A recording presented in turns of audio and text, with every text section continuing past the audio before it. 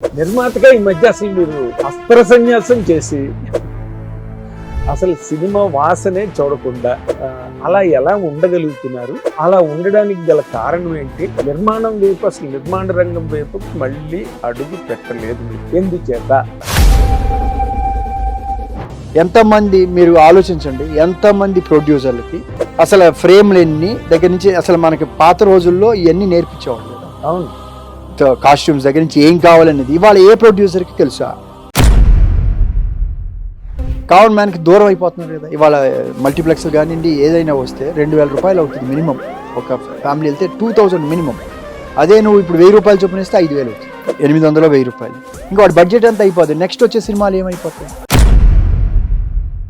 ఆ రోజుల్లో ప్రతి దానికి ఒక మెసేజ్ కూడా ఉంటుంది. ఒక క్యారెక్టర్ సినిమా చేస్తే ఒక మెసేజ్ ఉంటుంది. ఇవాళ ఏం తీస్తున్నాం మెసేజ్ మనం? మీకు తెలీదా, దిల్ రాజు గారికి చాలా మంది దిల్ రాజు గారు ఈ సినిమా చేసేటప్పుడు వద్దని చెప్పారు. ఇది సినిమా పోతుంది చాలా, ఇది మొత్తం ఎవరో చెప్పకూడదా మహానుభావుడు? అందరూ ఇండస్ట్రీ వెళ్ళి అందరూ సంప్రదిస్తారు. మీరే ఇంట్రడ్యూస్ చేశారు. అసలు ప్రభాస్ ఎవరో కూడా ఇండస్ట్రీకి తెలియదు. ఆ రోజున మీరే బయటకు తీసుకొచ్చి ఈశ్వర్ సినిమా చేశారు. కానీ నాకు ప్రభాస్కి నాకు 4వ సినిమా చేయాలి. మేము మాట్లాడుకున్న ప్రకారం 4th సినిమా చేద్దాం అనుకున్నాం. బట్ నేను ఏ రోజు అడగల. కానీ కనీసం అడుగుంటే ఆలోచించేవాడినేమో, అది కూడా లేదు. ఇప్పుడు అసలు ఆలోచించ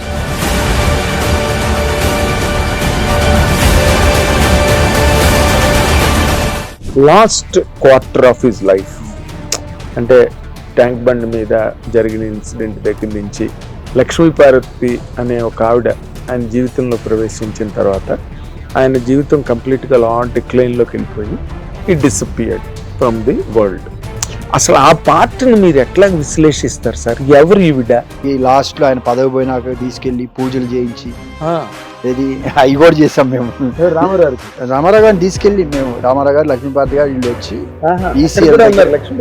నీచ భంగ రాజయోగం ఈమెకి, ఆయనకి నీచ చండాల యోగం ఈయన చెప్పారు. గురువు గారు 1 వీక్ ముందర వెళ్ళినప్పుడు దూరం పెట్టని చెప్పారు. అంటే కలిసి ఉండి ఆయనకు అయిపోయింది, పీరియడ్ అయిపోయింది, ఆయనకి అయిపోయింది, ఇంకో అయిపోయింది. సో ఏం చేయాలి?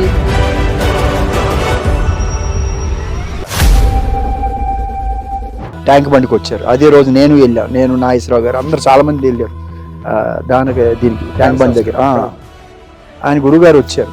ఆత్మ అదే చూసి చాలా క్షోభపడ్డారు. రామారావు అభిమానులు, నందమూరి అభిమానులు ఆత్మని చూశారండి శివానందమూర్తి గారు? చూశారు. వాడు సినిమా ఇండస్ట్రీలో రాజకీయాలు వచ్చి సినిమా ఇండస్ట్రీలో ఒకరినొకరు తిట్టుకుని అవన్నీ కూడా కేసుల కింద తయారై ఫైనల్గా ఇప్పుడు పోసాని మురళి లాంటి. నిజంగా మీరు టాపిక్ ఎత్తారు. నేను చాలాసార్లు చూసి పోసాని గారి ఇష్యూని నాకు కోపం వచ్చింది. ఆయన సంబంధం లేకుండా అలా మాట్లాడుతుంటే ఎందుకయ్యా, నీకెందుకు మానేవయ్యా అని చెప్దామని. ఇప్పుడు మళ్ళీ నాకు సంబంధం లేదు, సజ్జల రామకృష్ణారెడ్డి మాట్లాడించారని చెప్పి ఇప్పుడు కొత్త వెర్షన్ విలువ పోతుంది కదా సార్, మీ క్యారెక్టర్ పోతుంది కదా. హిట్ టీవీ అభిమాన ప్రేక్షకులకు స్వాగతం. నేను మీ Nagendra Kumar. Welcome to my personal program my special touch.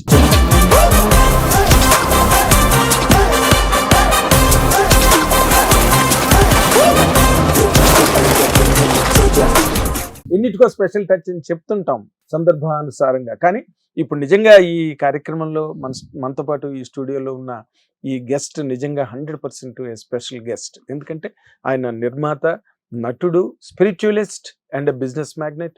ఆయన లేని రంగం లేదండి రాజకీయాల్లో కూడా. ఆయనదైన ప్రాతినిధ్యం, ఆయన తాలూకా గైడెన్స్ అన్ని చాలా చోట్ల ఆయన పేరు చాలా ప్రముఖంగా వినిపించే ఆ వ్యక్తి మరెవరో కాదు, అశోక్ కుమార్ గారు ఇప్పుడు మనతో పాటు స్టూడియోలో ఉన్నారు. ఆయనకి సాదరంగా స్వాగతం కలుపుదాం.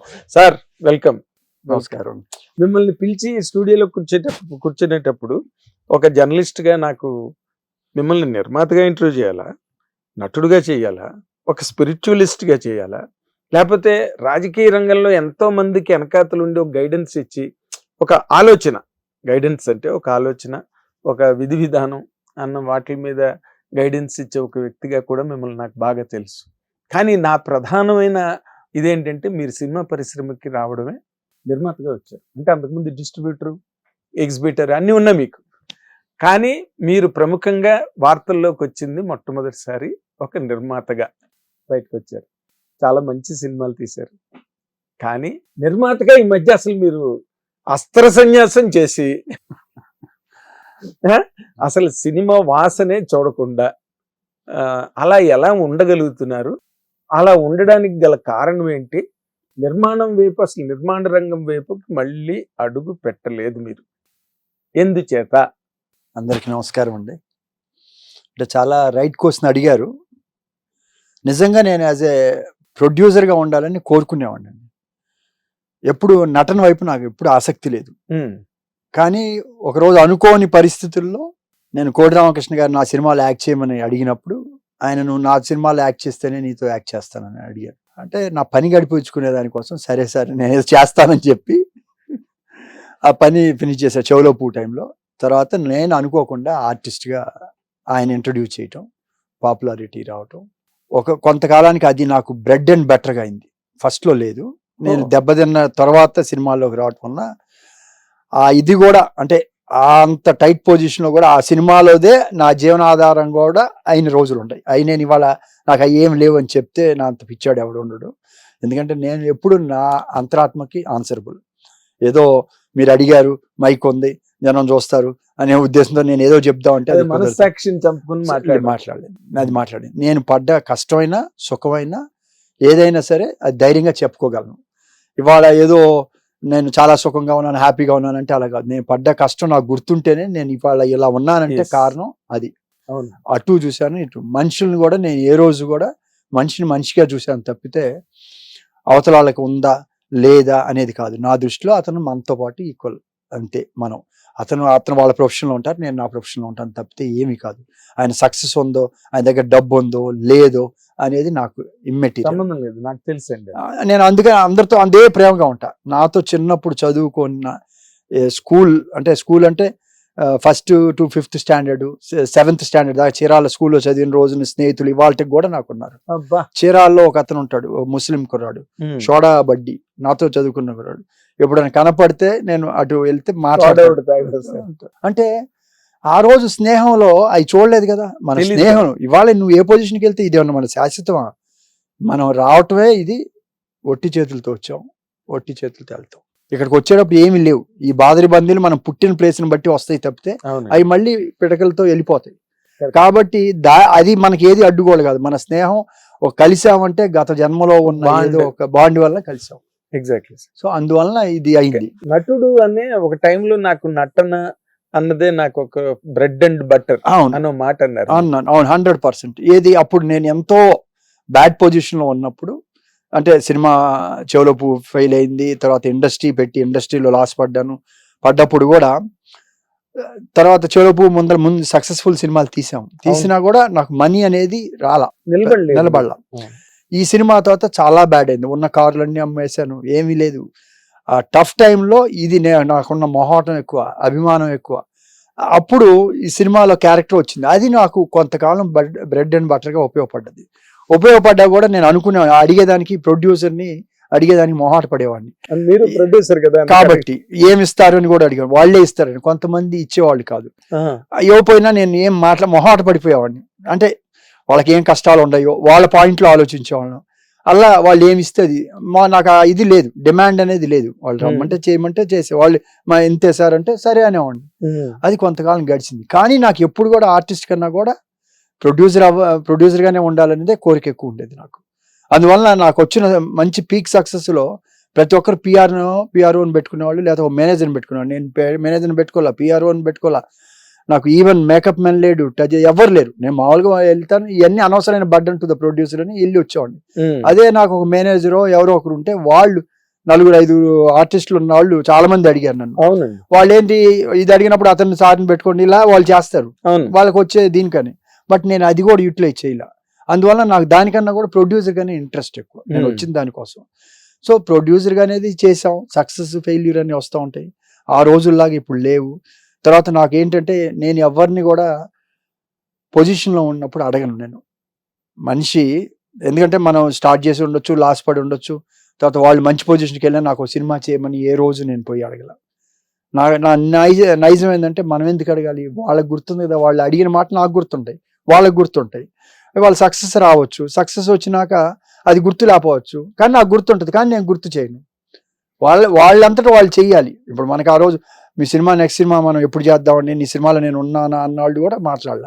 నేను దాన్ని ఫీల్ అవ్వను, ఎందుకంటే నేనేదో మీరు ఇంట్రడ్యూస్ చేశారంటారు, నేనేం ఇంట్రడ్యూస్ కాదు, ఆ రోజు కలిసింది పరిస్థితి వచ్చింది. అదే మరి ఇండస్ట్రీ పరిభాషలో ఇంట్రడ్యూస్ చేయడం అనే కదా అంత అది నేను ఫీల్ అవును. మీరు ప్రభాస్ మీరే ఇంట్రడ్యూస్ చేశారు, అసలు ప్రభాస్ ఎవరో కూడా ఇండస్ట్రీకి తెలియదు ఆ రోజున, మీరే బయటకు తీసుకొచ్చి ఈశ్వర్ సినిమా చేశారు. మరి ప్రభాస్ అంత పెద్ద పొజిషన్ కి వెళ్ళిన తర్వాత ఆన్ ది వే తను చాలా సినిమాలు బాహుబలి అడిగారు, చాలా మంది అడిగారు నన్ను. మోహన్ గారు అడిగారు, ఈవి గారితో సినిమా తీసి ఇంట్రడ్యూస్ అయినాక ఎందుకు సినిమా చేయవు నువ్వు, ఇవి నువ్వే కదా ఇంట్రడ్యూస్ చేసింది అడిగారు. ఇప్పుడు ఈవి గారు లేరు, ఇది ఉండే, కానీ అన్నాడు. నేను అడిగిన ఆయనకు ఉండాలి, ఆయన నాకు వచ్చి చెప్పారు రెండో సినిమా బాబు ఎప్పుడు ఎనీ టైం మీరు ఎప్పుడు చెప్పినా చేస్తానన్నవాడు. కానీ ప్రతిసారి నాకు టైం బాగాలేదని నేను వెయిట్ చేసి ప్రతిసారికి అడిగితే బాబు ఇప్పుడు 5 సినిమాలు ఉండే, ఇది అయిపోయినా చేస్తానన్నాడు. మళ్ళీ గుర్తు చేసేవాడిని కాదు ఏ రోజు. మళ్ళీ ఆ 1 year పీరియడ్ 2 years పీరియడ్ తర్వాత ఏంటి సార్ ఎప్పుడు చేద్దామంటే ఇంకో 4 సినిమాలు చెప్పేవాడు. ఓకే, ఇప్పుడు అది వాళ్ళకు ఉండాలి తప్పితే నేను ఉండిపోయి నాకేదో హెల్ప్ చేయమని అడగాల్సినది లేదు, అందువలన నేను అడగలేను. అలానే నాకు వెంకటేష్తో కంఫర్ట్ ఉంది, జయంత్తో చాలా కంఫర్ట్ ఉంది, అందుకని నేను జయంత్ని అడగగలను. ఎందుకంటే నేను అలా లైక్ చేశాను. జయంత్ నా సినిమాల్లో అసిస్టెంట్ డైరెక్టర్గా చేశాడు, తర్వాత సినిమాలకి ఇది తెచ్చాడు, 3 సినిమాలు నాకు చేసినా కూడా నాకు ఆ ర్యాప్ ఉంది జయంత్ దగ్గర. నాకు అవి ఎందుకంటే తనకి మైండ్లో ఏ ఉండదు, మనం చేయాలంటే చేస్తాడు, లేకపోతే లేదు. కానీ మిగతా వాళ్ళ దగ్గర సక్సెస్ని బట్టి వాళ్ళు 10 మంది పెద్ద ప్రొడ్యూసర్లు వెళ్ళొచ్చు, సిచ్యువేషన్స్ వెళ్ళొచ్చు, అలానే హీరోలు వాళ్ళ పొజిషన్లో పెద్దవాళ్ళు రావచ్చు. బట్ వాళ్ళకు ఉంటుంది కదా, వాళ్ళకు ఉండాలి కదా, అంటే వాళ్ళ మార్కెట్ని నేను క్యాష్ చేసుకోవటం ఏంటి, వాళ్ళంతా వాళ్ళు చెప్పితే నాలో ఉన్న మొహాటం వల్ల నేను త్వరగా వెళ్ళలేను.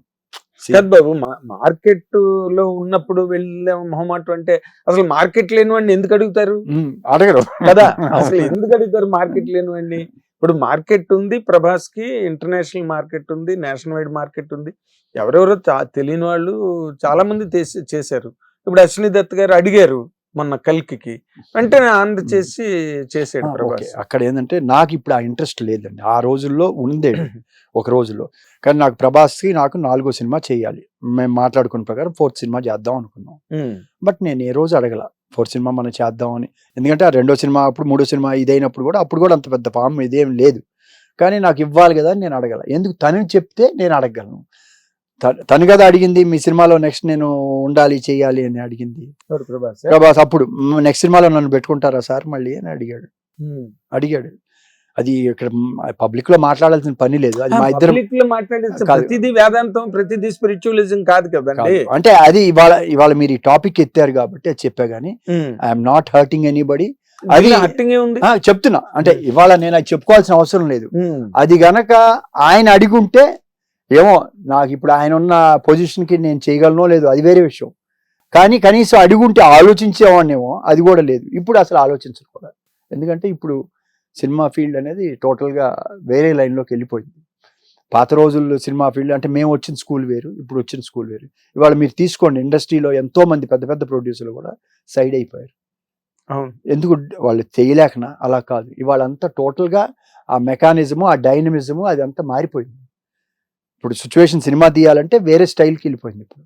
అందువల్ల వీళ్ళు ఎవరు చేయలేరు, ఏది ప్రాపర్టీస్ ఉన్నా లేకపోతే వాళ్ళకి దాని మీద కంట్రిబ్యూషన్ ఉన్నా, ఎందుకంటే ఇవాళ వాళ్ళ చేతుల్లో లేదు. ఇవాళ అందరూ సక్సెస్ వెనకాల పడుతున్నారు, ప్రతి ఒక్కరు సక్సెస్. పాత రోజుల్లో సక్సెస్ వెనకాల ఉండేది కాదు. ఒక హీరో ఒక 7 సినిమాలో 6 సినిమాలో 5 సినిమాలో 2 సినిమాలు చేసేవాళ్ళు కూడా కంటిన్యూగా, ఒక సినిమా ఫ్లాప్ అయినా కూడా ప్రొడ్యూసర్లు ఉండేవాళ్ళు నెక్స్ట్ సినిమాకి వచ్చేదానికి. తర్వాత ఆ ప్రొడ్యూసరు ఒక సర్కిల్, ఒక 4 ఏళ్లకో 5 ఏళ్లకో ఆ ప్రొడ్యూసర్ తన ప్రొడ్యూసర్ అని ఒక ఫీలింగ్ ఉండేది, ఒక గ్రూప్ ఆఫ్ ఉండేది. ఇవాళ అది లేదు. ఎవరు సక్సెస్, తర్వాత సక్సెస్ ఫెయిల్ తో సంబంధం లేదు. ఇవాళ స్టాల్ వార్స్ డైరెక్టర్లు అందరూ ఎందుకు ఖాళీగా ఉన్నారు? ఒకప్పుడు పేరు బి గోపాల్ అనుకోండి, లేకపోతే రవిరాజా గారు అనుకోండి, లేకపోతే ఇంకా అంటే చాలా మంది ఇంకా కంటిన్యూలో వచ్చిన వాళ్ళు. ఇప్పుడు ఎవరు ఎందుకు ఇవాళ రీసెంట్ గా వచ్చిన వాళ్ళు కూడా ఎందుకు, వినాయక్ కావచ్చు, జగన్నాథ్ గారు, మరి సూపర్ స్టార్ వాళ్ళు ఎందుకున్నారు? బికాజ్ ఇవాళ అందరూ కూడా హీరోలు ఆర్ ఇవాళ మేకర్స్, ప్రొడ్యూసర్స్ అన్న, they are makers, they are ఓ రకంగా చెప్పాలంటే మాస్టర్స్ ఇన్ మేకింగ్ ఎలా చేయాలి అనే ఒక దీంట్లో అంత సిస్టమ్ ఇదే కదా, క్యాలిక్యులేషన్స్ కదా, కాంబినేషన్స్, క్యాలిక్యులేషన్స్. వాళ్ళు they are not the makers, they are not the producers అవ్వచ్చు, వాళ్ళు ప్రపోజల్స్, వాళ్ళు ఏంటి, ఇది project. They are not looking long term లో చూడరు, బాగుంటే సక్సెస్ ఉంటే వస్తారు, లేకపోతే వెళ్ళిపోతారు వాళ్ళు కూడా. అదేంటి అవన్నీ కాదు, ఎవరు సక్సెస్ఫుల్, ఎంతమంది మీరు ఆలోచించండి, ఎంతమంది ప్రొడ్యూసర్లకి అసలు ఫ్రేమ్లు ఎన్ని దగ్గర నుంచి, అసలు మనకి పాత రోజుల్లో ఇవన్నీ నేర్పించేవాళ్ళు కదా. అవును, కాస్ట్యూమ్స్ దగ్గర నుంచి ఏం కావాలనేది ఇవాళ ఏ ప్రొడ్యూసర్కి తెలుసా, అసలు ఏంటి అది ఎలా అనేది. అసలు చేసే డైరెక్టర్లే వాళ్ళ 10 మంది ఉన్నారు ఇన్పుట్స్ ఇచ్చేవాళ్ళు ఇవన్నీ. అసలు ఒక టైము, ఒక బడ్జెటింగ్, ఒక రీడింగ్ చేసుకొని, ఇన్ని గంటల సేపు సినిమా అని ఒక రీడింగ్ చేసుకొని, మిగతా ఎంత వేస్ట్ కట్ చేసి, ఎక్సెప్ట్ దీనికి రాజమౌళి గారు దీనికి ఎక్స్క్లూజివ్, ఎందుకంటే ఆయన ఎక్సెప్షన్. ఆయన eat, drink, sleep in movies only. ఆయన తిన్నా, పడుకున్నా, చేసినా ఏదైనా సరే సినిమా గురించి ఆలోచిస్తాడు. అలా డెడికేటెడ్ ఎంతమంది ఉన్నారు? నేను ఐఎమ్ నాట్ ఇంకోటి కించపరచట్లా, అంటే టోటల్గా ఫోకస్. ఇప్పుడు సినిమా తీశారు, సినిమాకి ఎంత హార్డ్ వర్క్ ముందలు చేస్తున్నారు, టైమింగ్ చేసుకుంటున్నారు, ఎవ్రీథింగ్ ఫ్రేమ్ చేసుకుంటున్నారు, ఎంత టైం అనుకుంటున్నారు, బడ్జెటింగ్ వేసుకుంటున్నారు. హీరోలకు కూడా రెమ్యునరేషన్ ఏంటి, రెమ్యునరేషన్ కాదు, మంత్లీ ఇంత వాడుకోండి ఫైనల్గా. ఎందుకంటే ఇది షుడ్ నాట్ బి బర్డన్, పెట్టే ప్రతి పైసా తెర మీద కనపడాలి. ఇవాళ సినిమాలు చూస్తుంటే 300 కోట్లైన, 400 కోట్లైన, 500 కోట్లైన, 200 కోట్లైన దాంట్లో తీసుకుంటే 20% or 25% ఇంట్రెస్టే ఉంటుంది. ఓకే, రెమ్యునరేషన్స్ ఆ మెయిన్ డైరెక్టరు, మెయిన్ హీరో, ఇంకా ఆర్టిస్టులు అందరు పెంచేశారు. బికాజ్ నువ్వు 100 కోట్లు అన్నప్పుడు నాకు ఇచ్చేది ఎంత, ₹1 కదా, 2 ప్రతి క్యారెక్టర్ ఆర్టిస్ట్ కూడా అడుగుతాడు. ప్రతి ఒక్కరు నాకే కదా, నువ్వు ఇంత 100 కోట్లు కదా నాకెందుకు ఇవ్వు అంటాడు, 200 కోట్లు నాకెందుకు ఇవ్వు అంటారు. సో మీ కంట్రోలే లేదు, మీ కంట్రోలే లేదు. ఎప్పుడైతే కంట్రోల్ లేదో మీ చేతుల్లో ఉండదు. మీరు పాన్ ఇండియా అని పెట్టుకుంటారు, చిన్న లెవెల్లో రాదు. అంటే నీకు ఒక స్టోరీ చెప్పగలను దీని మీద, కానీ మీరు అడిగారు. అందువలన ఏంటంటే మనం ఆ పాత రోజుల్లో ఆ స్పీడ్కే మనం తట్టుకోలేక, నాకేంది ఒక సినిమా తీస్తే 1 year ఖాళీ కూర్చొని 1 year 2 years మళ్ళీ నెక్స్ట్ సినిమా చేసుకున్నాం. కానీ ఇవాళ ఏమైపోయింది, ఆ ఫాలో అప్ లేదు. వాళ్ళు పోయి వాళ్ళ దగ్గర కూర్చొని నాకు నెక్స్ట్ సినిమా ఏమి ఇస్తామని అడిగేది ఇది లేదు. అంటే మీకు ఆ టైం లేదు, మీరు ఆ టైం కాదు, అంటే మనం దాని మీద అంత ఫోకస్ చేసి, అలా పాత రోజుల్లో అంటే హీరోలకి ఉండేది, అయిపోయినాయి, ఆ సిస్టమ్స్ పోయింది. పోయినప్పుడు ఇప్పుడు ఏంటి, కమర్షియల్. మనం నెక్స్ట్ సినిమా చేయాలంటే ఓ హీరోకి వెళ్ళటం, లేకపోతే డైరెక్టర్కి వెళ్ళటం, డబ్బులు అడ్వాన్స్ ఇచ్చి 3 ఏళ్ల తర్వాత ఇస్తాడు, 4 ఏళ్ల తర్వాత, అది గ్యాంబ్లింగ్ లాగా వెళ్ళిపోయింది. గ్యాంబ్లింగ్ అని కాదు, calculated gambling. I don't say gambling అని. సో ఇప్పుడు కంట్రోల్ ఉంది. పోనీ నువ్వు ఒక సినిమా తీస్తున్నావు, ఒక యాజ్ ఎ ప్రొడ్యూసర్గా వాళ్ళందరికీ ఇంత రెమ్యునరేషన్ ఇస్తున్నావు, నీకు ఎంత మిగలాలని, నీకే ఒక 5% 10% మిగలాలి కదా. పాత రోజుల్లో ఇవాళ సినిమా తేడా వస్తే ప్రొడ్యూసర్ గాయబ్. ఇప్పుడు దత్తు గారే తీసుకోండి, పెద్ద సినిమా ఎఫెక్ట్ అయితే ఎంత అయింది, లక్కీగా ఆయన అల్లుడు వచ్చాడు, సావిత్రి పెద్ద హిట్ అయింది, Mahanati Savitri. So in house కాబట్టి ఆయన ఇవాళ హ్యాపీగా ఉండగలరు, ఎందుకంటే ప్రోడక్ట్ చేసే డైరెక్టర్ చేతిలో ఉన్నాడు కాబట్టి, ఇంట్లో ఉన్నారు కాబట్టి. పిల్లలు కూడా అందరూ దాంట్లోనే, రాజమౌళి గారు ఎలానో వాళ్ళ పిల్లలు కూడా ఈట్ అండ్ డ్రింక్ అండ్ దీనిలాగా దాని మీద ఉన్నారు, డ్రింక్ స్లీప్ సినిమా కాబట్టి ఆయన చేయగలరు. ఎక్కడ ఉన్నా దాన్ని ఎలా ప్రమోట్ చేసుకోవాలని. మామూలు వాళ్ళకి ప్రపోజల్స్కి ఎలా ఉంటుంది, లేదు. అందువలన నేను సినిమాను, ఇది మన సేఫ్ కాదు, మనం దీంట్లో నా మెంటాలిటీకి ఇది సూట్ కాదు, పాత రోజులు కాదు, డైమెన్షన్స్ పెరిగినాయి అనే ఒక ఉద్దేశంతో నేనే కొంచెం స్లో అయ్యి వేరే వైపు మళ్ళించాను. అయితే ఇప్పుడు వెంకటేష్ గారు పెద్ద హిట్, మామూలు హిట్ కాదు, భూమి దద్దరిల్లిపోయి హిట్ వచ్చింది. అవును, కరెక్ట్. అంటే ఆ ఏజ్ గ్రూప్ లో హీరోలకి అంత పెద్ద హిట్లు వచ్చిన చరిత్ర లేదు. ఇప్పుడు మరి వెంకటేష్ బాబుతో మీరు చేయడానికి, మీరు అడిగితే చేయడా వెంకటేష్ బాబు? అంటే అలా కాదు, నేను గేడప్ లో లేను, ఫస్ట్ పాయింట్ ఒకటి. రెండోది, ఆ సినిమా ప్రివ్యూ చూసాం సురేష్ దీంట్లోనే. అక్కడే వెంకటేష్ మిస్సెస్, సురేష్ బాబు వాళ్ళ ఇల్లు అందరూ ఉన్నారు, కింద సురేష్ బాబు కూడా ఉన్నాడు కింద. సురేష్, నేను ఇంటర్వెల్ అయిపోయిన తర్వాత బయటకు వచ్చేటప్పుడు చెప్పా, ఈ సినిమా గేమ్ చేంజర్ బాబు అన్నాను. అంటే నాకు సినిమా చూస్తుంటే ఒక షార్ట్ బడ్జెట్లో, షార్ట్ టైంలో తీసే అంత మ్యాసివ్ సక్సెస్, ఇంత లైవ్లీగా సినిమా ఉంది, ఇంత టైం స్పాన్లో తీశారు, ఇది పెద్ద గేమ్ చేంజ్ అయిపోతుంది, ఫ్యూచర్ అంతా దీన్ని ఫాలో అవుతారు అనే డైలాగు నేను సురేష్ బాబు దగ్గర చెప్పాను. నాకు చూస్తుంటే నాకు ఫీలింగ్ వచ్చింది, అరే మనం ఇలా సినిమా తీయొచ్చు అనే ఒక ఆశ కూడా కలిగింది ఆ సినిమా. సూపర్. అంటే అసలు మీలాంటి ఆధ్యాత్మిక వైపు వెళ్ళిపోయిన వ్యక్తిని కూడా మళ్ళీ వెనక్కి అంటే చేయొచ్చు అని ఒక ఆలోచన, అది కూడా లేదు అంతకుముందు నాకు.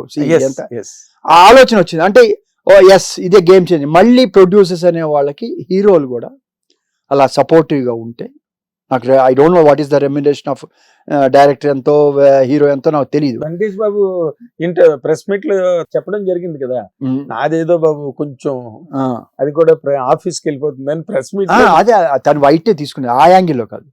చాలా నేను విన్న వర్షన్ ఐ డోంట్ నో, చాలా తక్కువ version. నేను ఇంకా ఎక్కువ అని విన్నాను. తను డైరెక్టర్ ఇద్దరు ఈక్వల్ గా తీసుకున్నారని చెప్తున్నారు. అది లిమిటెడ్ బడ్జెట్ లోనే అయింది, కంఫర్టబుల్ గా అయింది, హ్యాపీగా సినిమా ఆడింది. ఎప్పుడు వెంకటేష్ బాబు 100 crore దాటని Venkatesh Babu gone to massive success 300 కోట్లు వెళ్ళింది. సో ఇది game changer for the next producers. కానీ ఇక్కడ ఏమైంది, ఇది ఒక యాంగిల్లో, అదర్ యాంగిల్లో ఇంకా పాన్ ఇండియా నో డౌట్. నాకు మొన్న ఎవరో ఒక ఆయన వచ్చారు ఢిల్లీ నుంచి, బాంబే నుంచి. ఆయన ఇప్పుడు సినిమా తెలుగు ఇండస్ట్రీ అంటే అసలు మొత్తం దేశాన్ని ఆలుతుంది తెలుగు ఇండస్ట్రీ అని చెప్పాడు ఆయన. ఈజ్ సాయిబాబా యాక్ట్ చేసిన ఒక నార్త్ ఇండియన్, ఆయన చెప్పాడు మొత్తం ఇండియాని అంతా మూవ్ చేస్తుంది తెలుగు ఇండస్ట్రీ అన్నారు. కరెక్ట్. బట్ ఇక్కడ ఎంతమంది ప్రొడ్యూసర్లు ఉన్నారు ఇవాళ సినిమాలు తీసేవాళ్ళు. రాజమౌళి గారు అంటే ఒక 2 years 3 years ఆయన ప్రోడక్ట్, అది యూ కెనాట్, అది exceptional case, we cannot take general. ఇది కాదు, ఆయన అనుకోని బడ్జెట్ దాని వెయిటింగ్లో చేస్తారు. ఇవాళ ఉన్నది మైత్రి మూవీస్ స్పీడ్గా చేస్తున్నాళ్ళు, సితారా ఎంటర్టైన్మెంట్స్ 2, కొంచెం దానయ్య వాళ్ళు కొంత ఇప్పుడున్న దీంట్లో ఒక అరవింద్ గారు ఉన్నారు, అరవింద్ గారు బ్యానర్, ఇక కొంత అన్నపూర్ణ స్టూడియోస్ ఇది చేస్తారు. సురేష్ బాబు ఏదైనా మంచి దొరికితే చేస్తారు. వాళ్ళు సొంతంగా చేయడం కన్నా ఎంకరేజ్ చేసి చేస్తున్నారు వీళ్ళే కదా. ఏళ్లలో దత్ గారు ఉన్నారు కాబట్టి చేస్తున్నారు, టాప్ లో ఉన్నారు. ఏళ్లలో అగ్రెసివ్ గా వెళ్తుంది ఎవరు, ఒక మైత్రి వాళ్ళు. ఎందుకు వెళ్తున్నారు వాళ్ళు, ఎలా, వాళ్ళకి because they want to enter. ఇది వాళ్ళకి సక్సెస్, ఆ బ్రాండ్ ఉంది, బ్రాండ్ ని ఒక కార్పొరేట్ స్టైల్లో బ్రాండ్ చేస్తున్నారు, దీనికి వస్తుంది.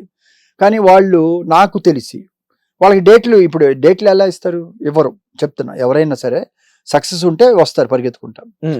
ఇప్పుడు వాళ్ళు సక్సెస్ ఉంది అంటే నాకు తెలియదు, వాళ్ళని నేను విమర్శించకూడదు, నాకు సంబంధం లేని ఇష్యూ.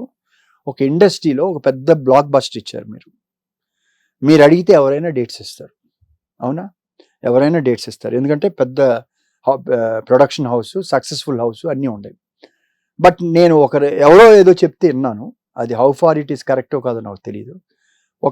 ఒక హీరో రెమ్యునరేషన్ ఒక సర్టన్ అమౌంట్, ఆ సర్టన్ అమౌంట్ 2 years 3 years లాగింది కాబట్టి ఒక సర్టన్ అమౌంట్ అయింది. ఇప్పుడు నెక్స్ట్ మీరు మ్యాసివ్ సక్సెస్ ఇచ్చారు, మీరు ఒక సక్సెస్ఫుల్ హీరో వాళ్ళకి కావాల్సిన సక్సెస్ఫుల్ హీరో, సక్సెస్ఫుల్ డైరెక్టర్. అవును. సో వాళ్ళ దగ్గరికి వెళ్ళి, సపోజ్ నేను ఒక 10 కోట్లు తీసుకుంటున్నాను ఓ డైరెక్టర్, నా 10 కోట్లు నన్ను పెట్టుకోవాలి. ఆయన పోయి డైరెక్ట్గా వాళ్ళు ఎంత ఇస్తారు, 10 కాబట్టి 11 ఇస్తారు, 12 ఇస్తారు, అంతే కదా, సక్సెస్ఫుల్. కానీ నా డేట్స్ ఇమీడియట్ నాకు కావాలి, మీ రెమ్యునరేషన్ డబల్ అని మీ పని గడిచిపోద్ది. కానీ ఆ పర్టికులర్ డైరెక్టర్ ఆలోచించుకోవట్లా, నాకు 10ది 20 వస్తుంది కదా అని వచ్చింది, నేను వెళ్తున్నాడు. కానీ నీ రేంజ్ 20కి వెళ్ళిపోయింది కదా, అందరు నిన్ను స్పేర్ చేయలేరు కదా, చేయలేరు కదా. అంటే నీకు సక్సెస్ అయితే ఓకే, లేకపోతే నువ్వు పడిపోతావు నెక్స్ట్. అది ఆ డైరెక్టర్ ఆలోచించుకోవాలి, అది ఆలోచించుకోవట్లా. ఇప్పుడు దీన్ని తీసుకెళ్ళి ఎక్కడికి వెళ్ళిపోతుంది, ఇది 200 కోట్లు కాస్త 400 అవుతుంది, 400 500 అవుతుంది. అవుతుంది అదే అవుతుంది. ఇప్పుడు నేను అంటే క్రిట్స్, అది తప్పు నేను అనేది. నువ్వేమైనా కొత్త అడివా కాదు కదా, నువ్వు అమెరికా నుంచి వచ్చిన కొత్తల్లో నువ్వు ఏదో వచ్చావు, అడ్వాన్సులు ఇచ్చావు, తీసుకున్నావు, okay, you are established now. అంటే టాకింగ్ అబౌట్ మైత్రి అంటే వేరేని కాదు, మీకు సరిపోద్ది, మీరు ఒక్కరికి బాగుంటది. ఎందుకు, బికాజ్ మీకు మార్కెట్ ఉంది, బ్రాండ్ వాల్యూ ఉంది, అన్నీ ఉంటాయి. But future of the industry ఏంటి, ఎక్కడ తీసుకెళ్తున్నారు, ఒక మెట్టు ఎక్కడం ఓకే, ఒక స్టేజ్ వెళ్ళినాక పడిపోవటం నెక్స్ట్, ఇంకా ఒక పీక్ వెళ్ళినాక. సో అది మీరు 10-12 ఇస్తానన్నా చేస్తాడు వాడు, 20 ఇవ్వక్కర్లేదంట, 20 అని కదా, అలా ప్రతిదీ పెరుగుతుంది, డబుల్ చేయక్కర్లేదు. నేను 2 విన్నాను, నాకు ఈ టాపిక్ లో మాట్లాడకూడదు, కానీ మీ పాయింట్ ఆఫ్ వ్యూ మీరు కరెక్ట్. మీకు రెస్పాన్సిబుల్ అబౌట్ ద ఇండస్ట్రీ ఏమవ్వాలి? ఇవాళ 100 రూపాయలు ఉన్న టికెట్ని 100 రూపాయలు ఎక్కువ అనుకున్నాం మనం. అవును, దూరం చేసుకుంటున్నాం ఒక సర్టన్ పీపుల్ని. ఇవాళ దాన్ని నా బడ్జెట్ ఎక్కువ అయిపోయింది, ఒక 700 రూపాయలు 800 రూపాయలు కాస్ట్ పెరిగింది. ఎస్, కాస్ట్ పెరిగింది 100% నేను చెప్పొచ్చు. కాస్ట్ ఎందుకు పెరిగింది? ఒక సినిమా అనేది 1 yearలో మేక్ చేయాలి జనరల్గా, అంటే that is a very big span. 1 year అనేది పాత రోజుల్లో మనం చాలా స్టార్ట్ చేసాం. ఇవాళ ఉన్న కాలంలో 1 year. 1 year దాన్ని మీరు 2 years 3 years సినిమాని తీస్తే, ఇది మైత్రి అని కాదు, నేను జనరల్ చెప్తున్నాను, ఇంత తీస్తే అన్ని కాస్ట్ ఆఫ్ ప్రొడక్షన్స్ పెరిగిపోతాయి. ఒక రోజు cost of production is more than 1 crore పైన అవుతుంది. అవును, అవును. అంటే 1 crore పెట్టి షార్ట్స్ తీసేటప్పుడు అది పర్ఫెక్ట్గా చేసుకోవాలి కదా. ఒక చిన్న ఇది వచ్చినా క్యాన్సిల్ రేపు అంటే ఓకే అంటున్నారు. ఈ కాస్ట్ ఎక్కడ పోతుంది? అల్టిమేట్గా budget to go to high రేంజ్కి వెళ్తుంది. ఎక్కడ వసూలు చేసుకోవాలి నువ్వు? ఆడియన్స్ 100 రూపాయలే ఉంది రేటు. నీకు బడ్జెట్ పెరిగిందని పెంచితే కొనుగోలుదారుడికి శక్తి పోతుంది కదా. కామన్ మ్యాన్ని సినిమా, ఆ సినిమాని కామన్ మ్యాన్కి దూరం అయిపోతున్నారు కదా. ఇవాళ మల్టీప్లెక్స్ కానివ్వండి, ఏదైనా వస్తే 2000 రూపాయలు అవుతుంది మినిమం. ఒక ఫ్యామిలీ వెళ్తే 2000 మినిమం. అదే నువ్వు ఇప్పుడు 1000 రూపాయలు చొప్పున వేస్తే 5000 అవుతుంది. 800 1000 రూపాయలు. ఇంకా వాడి బడ్జెట్ అంతా అయిపోతుంది. నెక్స్ట్ వచ్చే సినిమాలు ఏమైపోతాయి? If you want to continue in this field, మీరు ఒక్కడే కాదు కదా, ఒక సినిమా అనేది అంటే ఇప్పుడు వాళ్ళు ఏదో ఒక పుష్ప లాంటి సినిమాని అంత హై రేంజ్ లో చేశారు, కానీ వాళ్ళు మళ్ళీ ఒక రేంజ్ వెళ్ళలేదు. ఎందుకు వెళ్ళలేదు అంటే చేస్తున్నారు. చిన్న సినిమా చేశారు, చేస్తున్నారు చిన్నవి, అంటే చిన్న రేంజ్ లోవి 1000 రూపాయల టికెట్లు పెట్టే సినిమాలు కాకుండా పెంచొద్దు. నేను అంటా, ఇవాళ అవతార్ ఉంది, అవతార్ 2 ఏదో మొన్న వచ్చింది, ఏదో వేరేది వచ్చింది. మరి దాని బడ్జెట్ వీటికి ఎన్నో రెట్లు ఉంటుంది. అది మరి ఎక్కడ సినిమా రేట్లు పెంచట్లేదు కదా. అంటే వరల్డ్ వైడ్ టెరిటరీ. ఇది కూడా నువ్వు when you are pan India, నీకు ఒక ఓన్లీ ఆంధ్రప్రదేశ్ సరే ఓకే. పుష్ప నీకు ఎంత వచ్చింది ఆంధ్రప్రదేశ్ లో?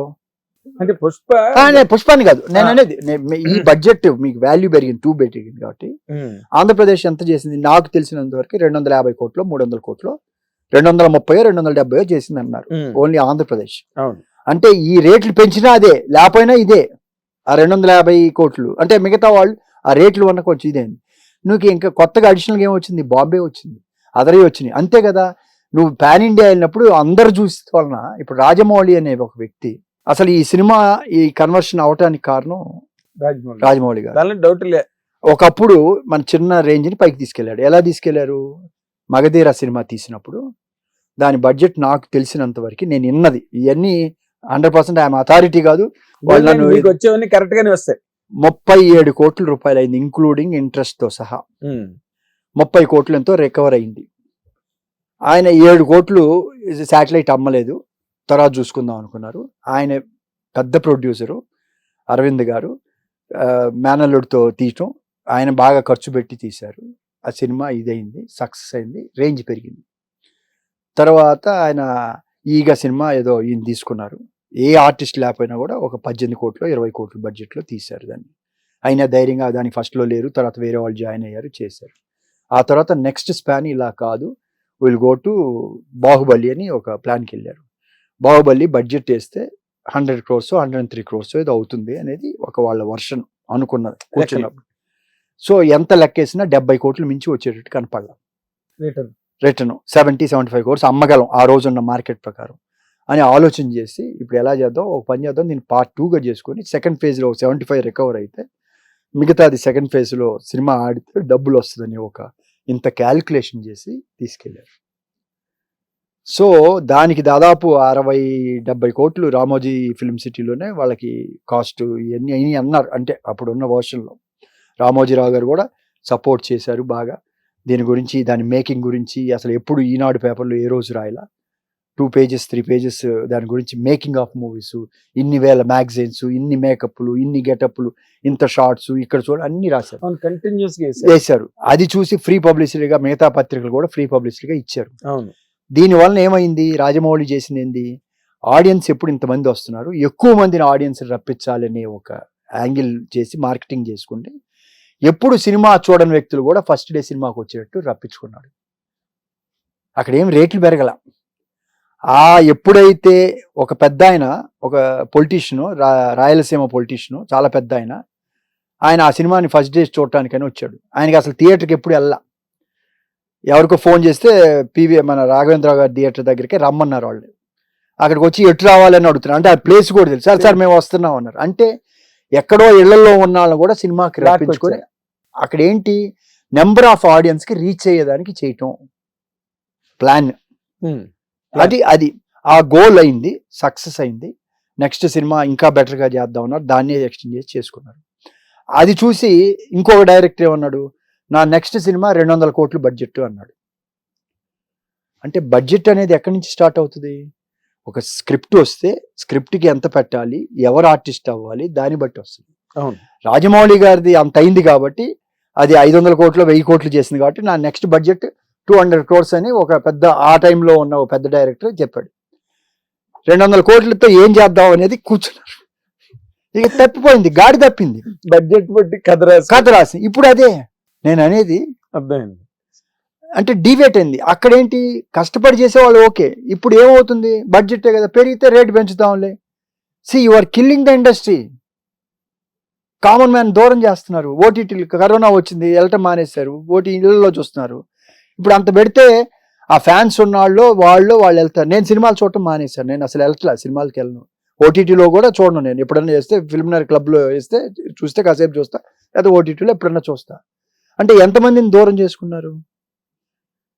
ఇవాళ అన్నీ వచ్చేసినాయి. ఆ స్పీడ్లో ఉండే పెనటిజం ఉన్నవాళ్ళు వాళ్ళు వెళ్ళి చూస్తారు. ఆ వారం అయిపోయినాక ఇంకేం ఉండదు. వారం కూడా ఉండట్లేదండి. మిగతా వాళ్ళు ఎప్పుడు కావాలంటే వచ్చి నేను చూసుకొని రికార్డ్ చేసి చూసుకుంటున్నా. అంటే ఏం చేస్తున్నారు మీరు? ఒక ఇండస్ట్రీ అనేది పవర్ఫుల్ మీడియా. అందులో నటించిన నటుల్ని దేవుళ్ళలాగా చూసి, రాజకీయ నాయకులుగా చూసి, వాళ్ళకి రాజకీయ భవిష్యత్తు ఇచ్చింది ఒక తెలుగు ఇండస్ట్రీలోనే, ఇంకెక్కడ కూడా కాదు. మేజర్ తెలుగు, తమిళ్. మిగతా చోట్ల హిందీలో లేదు, మలయాళంలో లేదు, ఇంకెక్కడ లేదు, కన్నడలో లేదు, ఎవరు కాల. తమిళ్లో జరిగింది, తెలుగులో జరిగింది. అటువంటి పవర్ఫుల్ ప్లేస్ లో మీరు ఉన్నప్పుడు, మనం ఉన్న ఆర్టిస్టులు కానీ ఇదైనా కానీ ఆ రోజుల్లో ప్రతిదానికి ఒక మెసేజ్ కూడా ఉండేది. ఒక క్యారెక్టర్ సినిమా చేస్తే ఒక మెసేజ్ ఉంటుంది. ఇవాళ ఏం తీస్తున్నాం మెసేజ్? మనం అవన్నీ ఫాలో ఎవరు చేయట్లేదు కదా. అవును. సో దాంతో ఏమైపోయింది, సినిమా అనేది చాలా మందికి విమర్శకులకి ఆస్కారం ఇచ్చారు. ఇప్పుడు మనం ఎంత ఇంపార్టెంట్ పర్సన్స్, సినిమా ఇండస్ట్రీ వాళ్ళు, మీడియా, ఏదున్నా పోలీసు వాళ్ళు కూడా పిలుస్తారు. మీరు వచ్చి మీ మాధ్యమం బాగుంది, మీరు రూల్స్ పాటించండి అని చెప్పిస్తారు. అటువంటి మనకి రెస్పాన్సిబుల్ లేదా సోషల్ మీడియాలో, సోషల్లో, సొసైటీలో? మనం ఉన్న సొసైటీ కదా, మన సొసైటీ ఎలా ఉండాలి అంటే నేను అనేది బియాండ్ వెళ్ళిపోయింది. అందువల్లనే పెద్ద వాళ్ళు ఎవరు చెప్పలేక, మాట్లాడలేక మనకి ఎందులోని గమ్ముని కూర్చుంటున్నారు. ఈ ఫీల్డ్ ఎందుకు ప్రశాంతంగా ఎంగేజ్ లో ఫైట్ చేసాం. ఈ ఏజ్ లో పెద్దవాళ్ళు మీరు కూడా ఉన్నారు. అంటే నేను అంత పెద్దవాడిని కాదు, నాకన్నా పెద్ద వాళ్ళు పడ్డారు, కింద పడ్డారు. నేను ఇవాళ హ్యాపీగా ఆనందంగా ఉన్నా. నేను అంటే ఈ రోజున మీరు అనుకున్న, లేదా మనం ఇందాక నుంచి మాట్లాడుకుంటున్న పెద్దవాళ్ళు ఎవరు లేరు ఇండస్ట్రీలో. ఇప్పుడు ఉన్న వాళ్ళల్లో ఒక అశ్విని దత్ గారు, ఒక కేఎస్ రామారావు, అంటే సీనియర్ ప్రొడ్యూసర్లు, మంచి మైల్ స్టోన్స్ క్రియేట్ చేసిన వాళ్ళ గురించి చెప్పుకోవాలంటే ఇప్పుడు ఉన్న వాళ్ళల్లో లివింగ్ ఒక అశ్విని దత్ గారు, కేఎస్ రామారావు, సురేష్ బాబు గారు వాళ్ళు ఉన్నారు. వాళ్ళకి అన్ని బ్రహ్మాండమైన సెటప్ అన్నీ ఉన్నాయి. వాళ్ళు they are also keeping quiet. సినిమాల్లోకి మంచి సినిమా ఎవరైనా తీసుకొస్తే వాళ్ళే ప్రమోట్ చేశారు. అండ్ కేర్ ఆఫ్ కంచరపాలెం వాళ్ళే, లేకపోతే అవన్నీ వెలుగు చూసే ఎప్పటికీ కూడా. ఒకవేళ వెళ్ళినా ఏదో అనామకుల్లాగా వెళ్ళిపోయేవారు. బట్ సురేష్ ప్రొడక్షన్స్ వెనకాతలు ఉన్నారు, రాణా నిలబడ్డాడు, లేకపోతే సురేష్ బాబు గారు వచ్చారు, అది ఎక్కడికో వెళ్ళిపోయింది మీడియాలో. ఇప్పుడు ఆ రోజున్న దేవర్ ప్రసాద్ గారు లేరు, దొరసామరాజు గారు లేరు, అర్జున్ రాజు గారు లేరు, బతుకున్నారు. రవికి ఎవరో తీసేయండి. రవికిషోర్ హీరో పక్కన పెట్టుకొని అంత చేసే వ్యక్తి ఇంకా నాకు వద్దు అనే లెక్కలో ఆయన వెళ్ళిపోయాడు. నాకు వద్దు, ఐఎమ్ అవే ఫ్రమ్. ఎందుకు వెళ్ళిపోయారు? ఇప్పుడు మీరు అన్నారు ఏం కాదు అని. ఇవాళ ఈ కాస్ట్ ఆఫ్ ప్రొడక్షన్స్ పెరగటం వలన ఒక ప్రొడ్యూసర్ చెప్తున్నాను, నేను 2 పేర్లు నేను చెప్పను, ఎందుకంటే ఐఎమ్ కాన్సన్ట్రేట్. ఆయన కూడా పెద్ద ఈక్వల్ ప్రొడ్యూసరే, ఇంత పెద్ద వాళ్ళు మాటల్లో చెప్పింది. మామూలు ఆర్టిస్ట్ మేము ఎవరన్నా తీసుకొస్తే మామూలుగా 3 స్టార్ హోటల్స్లో పెడితే, సార్ ఏంటి సార్ మైత్రి వాళ్ళు 5 స్టార్ ఇచ్చారు, మీరేంటి 3 స్టార్ ఇస్తున్నారు అంటున్నారు, మేము ఏం చేయాలి అంటున్నారు. ఒక మామూలు ఆర్టిస్టులు కూడా నేను వాళ్ళు ఇవ్వకూడదని నేను అంటలా. పాత రోజుల్లో రామానాయుడు గారు మరి ఆ రోజుల్లో ఇన్ని ఉన్నప్పుడు గెస్ట్ హౌస్ పెట్టి ఎందుకు గెస్ట్ హౌస్ లోనే పెట్టారు, ఎందుకు 5 స్టార్ హోటల్ ఇవ్వలేదు? మాధురి దీక్షిత్ మీరు చూశారు కదా ఎంత స్టార్ హోటల్స్ ఉండే అప్పుడు హైదరాబాద్ లో, కానీ ఎందుకు గెస్ట్ హౌస్ పెట్టి హిందీ వాళ్ళని తీసుకొచ్చిన కండిషన్ నా గెస్ట్ హౌస్ లో ఉండాలి. అవును, ఆ ఫెసిలిటీ ఇచ్చారు. రాఖీ లాంటి ఇవాళ మాట్లాడితే చార్టర్డ్ ఫ్లైట్లు, అసలు ప్రతి ఒక్కరికి అసలు ఒక ఇది మ్యూజిక్ అంటే ఫ్రాన్స్ లో పోయి కూర్చొని చేసుకోవటం ఎక్కడో అంటే ఎక్కడ కంట్రోల్ ఉంది, ఎవరికి ఉంది కంట్రోల్? సో ఇది ఉండదు, కళ లేదు ఇక్కడ, ఎంటర్టైన్మెంట్ చేస్తున్నాం. ఇవాళ ఉన్న సిచ్యువేషన్ జనానికి ఏం కావాలనుకుంటున్నారు, కానీ రెస్పాన్సిబిలిటీ ఎంతవరకు ఉందో తెలియదు. ఇందాక పొద్దున ఫంక్షన్కి వెళ్తే వెంకయ్యనాయుడు గారు చెప్తున్నారు, మీ బాధ్యత, మీరున్నది చాలా పవర్ఫుల్, యు ఆర్ ఇన్ఫ్లుయెన్స్ చేయగలరు, మీ సోషల్ రెస్పాన్సిబిలిటీ ఉండాలి. మనం ఉన్న సొసైటీ నేను అనకూడదు అంటే నేను దేవుడి దీంట్లో ఉన్నాను చెప్తున్నా. ఇప్పుడు ఏదన్నా ఒక క్యారెక్టర్ పెట్టినప్పుడు చిన్నపిల్లాడు గట్టి మాట మాట్లాడితే చాలా ఆనందంగా ఉంటుంది. ఇప్పుడు ఎవరితో కాదు, మన సంక్రాంతినే తీసుకుందాం, ఆ చిన్న కుర్రాడు చాలా ఈ మాట మాట్లాడాడు, బుల్లిరాజు, మనకి నవ్వు వస్తుంది. కానీ ఆ ఇన్ఫ్లుయెన్స్ ఎంతమంది పిల్లల మీద పడుతుంది, చిన్నపిల్లలు అలా మాట్లాడటానికి. అందుకని ఒక డిస్క్లైమర్ వేయాలి, ఇది క్యారెక్టర్ కోసం. తర్వాత చెప్పారు నాకు ఎవరో, ఏంటంటే చాలా మంది ఇలా ఈ కూడా వచ్చినాయి అంటే, లేదు మేము ఇలా చేస్తే ఇలా చెడిపోతారు అని చెప్పేదానికోసమే ఒక డిస్క్లైమర్ వేసేస్తే సినిమాలో, ఇది మా క్యారెక్టర్ పెట్టుకున్నాం, దీన్ని ఎవరు ఫాలో అవ్వద్దు. అలా చెప్తే ఫాలో అవడం మానేరు, కానీ వేయాలి, బ్లాక్ గా వేయాలి. ధూమపానము హానికరం అలా చేయకూడదు, అలా చెప్పకూడదు, మానరు కాదు, కానీ డిస్క్లైమర్ వేయాలి, బాధ్యత. ఇప్పుడు ఏమవుతుంది, ఎంతో మందికి రోల్ మోడల్ అయిపోయింది సినిమా. దాంతో ఏమవుతుంది, వాళ్ళు ఏం చేస్తే అది ఫాలో అంటారు. ఇప్పుడు చిన్న ఎగ్జాంపుల్, నేను తప్పుగా పట్టను, ఇప్పుడు పుష్పలోనే ఉంది, ఆ చిన్న కుర్రాడు పాపం వాళ్ళ మదర్ చనిపోయారు కదా, చిన్నప్పుడు వాడిని పుష్పరాజ్ అని పిలుస్తున్నారు. ఆ పిలవటం వల్ల వాళ్ళు ఏమవుద్ది, నేను హీరో అనే ఉంటది కదా మరి చిన్నపిల్లలకి. ఆ పిల్లలు అంటే నేను అనేది ఫాలో అవుతున్నారు, ప్రతిదీ మనం చేసే ప్రతి మూమెంట్ ఫాలో అవుతారు. ఫాలో అవటంలో మన సొసైటీలో మన రెస్పాన్సిబుల్ ఎంతవరకు, మన బాధ్యత కూడా కదా. పాత రోజుల్లో పెట్టాడు మంచి మంచి సినిమాలు వచ్చాయి, వాడు ఓకే మన క్యారెక్టర్స్ తీసుకుంటున్నాం. ఒక క్యారెక్టర్ నాకు ఎవరో చెప్పారు లాస్ట్ టైం, ఎందుకంటే సినిమా చూసిన తర్వాత ఏ క్యారెక్టర్ ఏది చేయకూడదు, చేస్తే ఏమవుద్ది అనేది ఎండ్లో తెలుసుకుంటే మనం బిహేవ్ అయ్యేదానికి అని చెప్పారు పాత రోజులు. అంటే ఇప్పుడు నేను విలన్ వేషాలు ఇన్ని వేసాను, వేస్తే ఏమవుతుంది అని తెలుసుకునేదానికి అది ఉపయోగపడితే ఆ వేషం వెళ్ళ మనం ఆ జోలికి వెళ్ళాలి. మీరు ఇంత ఆలోచన పరిపక్వత గల వ్యక్తి, మీరు విలన్ వేషాలు వేసినప్పుడు ఎట్లా హ్యాండిల్ చేశారు సార్? అసలు నాకు తెలియదు. వెంకటేష్ బాబు ఒకటే చెప్పాడు, ఏదైనా పీక్ వెళ్ళమంటాడు. ఇప్పుడు ఓసారి వెళ్ళాను అంటే పీక్, ఒక బార్ లో ఫ్రెండ్స్ కూర్చొని మందు కొడుతున్నారు, వాళ్ళందరూ తింటున్నారు, ఫుల్ గా తాగేసి ఉన్నాడు. తాగేసి వాడు నవిలేసి ఈ పెట్టిని అయ్యే తీసుకొని నవ్వులుకుంటున్నాడు. అంటే అంటే ఇక దాన్ని ఏమనాలి, పీక్. ఇప్పుడు మనం క్యారెక్టర్స్ చూస్తాం, కాదు అది తాగి వాడి సిచ్యువేషన్ ఏంటో తెలియట్లా. నేను అదే చెప్తున్నాను, అంటే మన క్యారెక్టర్స్ చూసినప్పుడు, పీక్ చూసినప్పుడు ఇక అది చేయకూడదు కదా మనం. అంటే నేను నటుని కాదు సార్, నేను బాన్ ఆర్టిస్ట్ని కాదు, నాకు డ్రామాలు పిచ్చి లేదు, ఏమీ లేదు. కానీ అబ్జర్వ్ చేస్తే రకరకాల క్యారెక్టర్స్ సొసైటీలో ఉన్నాయి, వాటిని చూసుకొని దాన్ని ఇమిటేట్ చేయటం. మనం ఇది ఎక్కామంటే ఇది ఏంటి వెళ్ళొచ్చు అని, అంతే తప్పితే ఇంక వేరేం కాదు కదా. మళ్ళీ ఏం చేస్తే తప్పు ఏం శిక్ష పడుతుందో తెలుసు కదా, అది గుర్తుంటే మనం మామూలుగా ఉంటాం, తప్పు చేయం. మనం దాని నుంచి నేర్చుకోవాలి. అంటే జీవితంలో పాత రోజుల్లో మన సినిమాలు ఎంతో చేంజ్ తీసుకొచ్చింది. మాలపిల్ల గాని, దాని ముందలు గాని ఎన్నో తీసుకుంటే ఎన్ని ఏది సంఘంలో చాలా మంది ఫాలో అయ్యి వాళ్ళు ఎన్టీ రామారావు ప్రధానంగా ఈ సోషల్ మెలాడీస్ మీద, అంటే సాంఘిక రుగ్మతుల మీద ఆయన మంచి మంచి ఉమ్మడి కుటుంబం గాని, లేకపోతే వరకట్నం గాని, తల్ల పెళ్ళం గాని, కోడలిద్దిన కాపురం, ప్రతి దానికి ఒక ఆయన ప్రతిదీ ఒక సోషల్ కాన్షియస్నెస్ తో మాత్రమే సినిమాలు తీసిన ఒక ఏకైక మహానుభావుడు మనం చేతిలో. అందుకని ఆయన దేవుడు అయ్యాడు కదా. ఆయన నాకు తెలిసినంత వరకు ఆయన మహర్షి, రాజయోగి. గత జన్మలో మా గురువుగారు చెప్పారు, ఒకానొక క్షణికంలో నేను మానవ జన్మెత్తి సుఖాన్ని అనుభవించాలని అనుకున్నా అంట. అందుకనే భూలోకంలో పుట్టారు ఆయన. ఏది రాజర్షి, ఆయన వెళ్ళిపోయారు, ఎక్కడో ఉన్న ఆయన ఒక్క బలహీనమైన క్షణంలో ఆలోచన వచ్చింది పుట్టాలని, వచ్చి పుట్టారు. బేసిక్ గా మరి ఆఖరి మళ్ళీ సుఖాలన్నీ పోయి దెబ్బతినేశారు కదా. అది కూడా గురువు గారు ఆయన చనిపోయినప్పుడు మేమంతా వెళ్ళినప్పుడు ఆయన గురువు గారు వచ్చారు, ఆడ ఉన్నారు. ఆయన మళ్ళీ పుట్టారు, ఆల్రెడీ పుట్టారు, ఉత్తరాఖండ్ లో ఉన్నారు.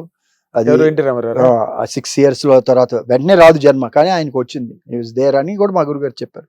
నేను అదే మాట పురంధరేశ్వర గారితో కూడా ఓ రోజు చెప్పా, గురుగారు అంటే మీరు ఇంకెక్కడో ఉన్నారంటే వాళ్ళందరూ ఈ బంధాలన్నీ ఇక్కడ వరకేనండి. మనం ఏమనుకుంటాం అంటే మనం ఓకే మనకి గుర్తు ఇప్పుడు ఎప్పుడో అశోకుడి కాలం నాటి అవి మాట్లాడతాం ఇవాళ, ఆ రాజులు చేసినవి, అయ్యో ఎప్పుడు ఎన్నో యుగంలో శ్రీరాముని గురించి చెప్తాం మనం. ఇవన్నీ ఎందుకున్నా వాళ్ళు చేసిన దీనివల్ల మనం జ్ఞాపకం ఉంది. బట్ ఇప్పుడు వాళ్ళకి ఎక్కడ ఉంది?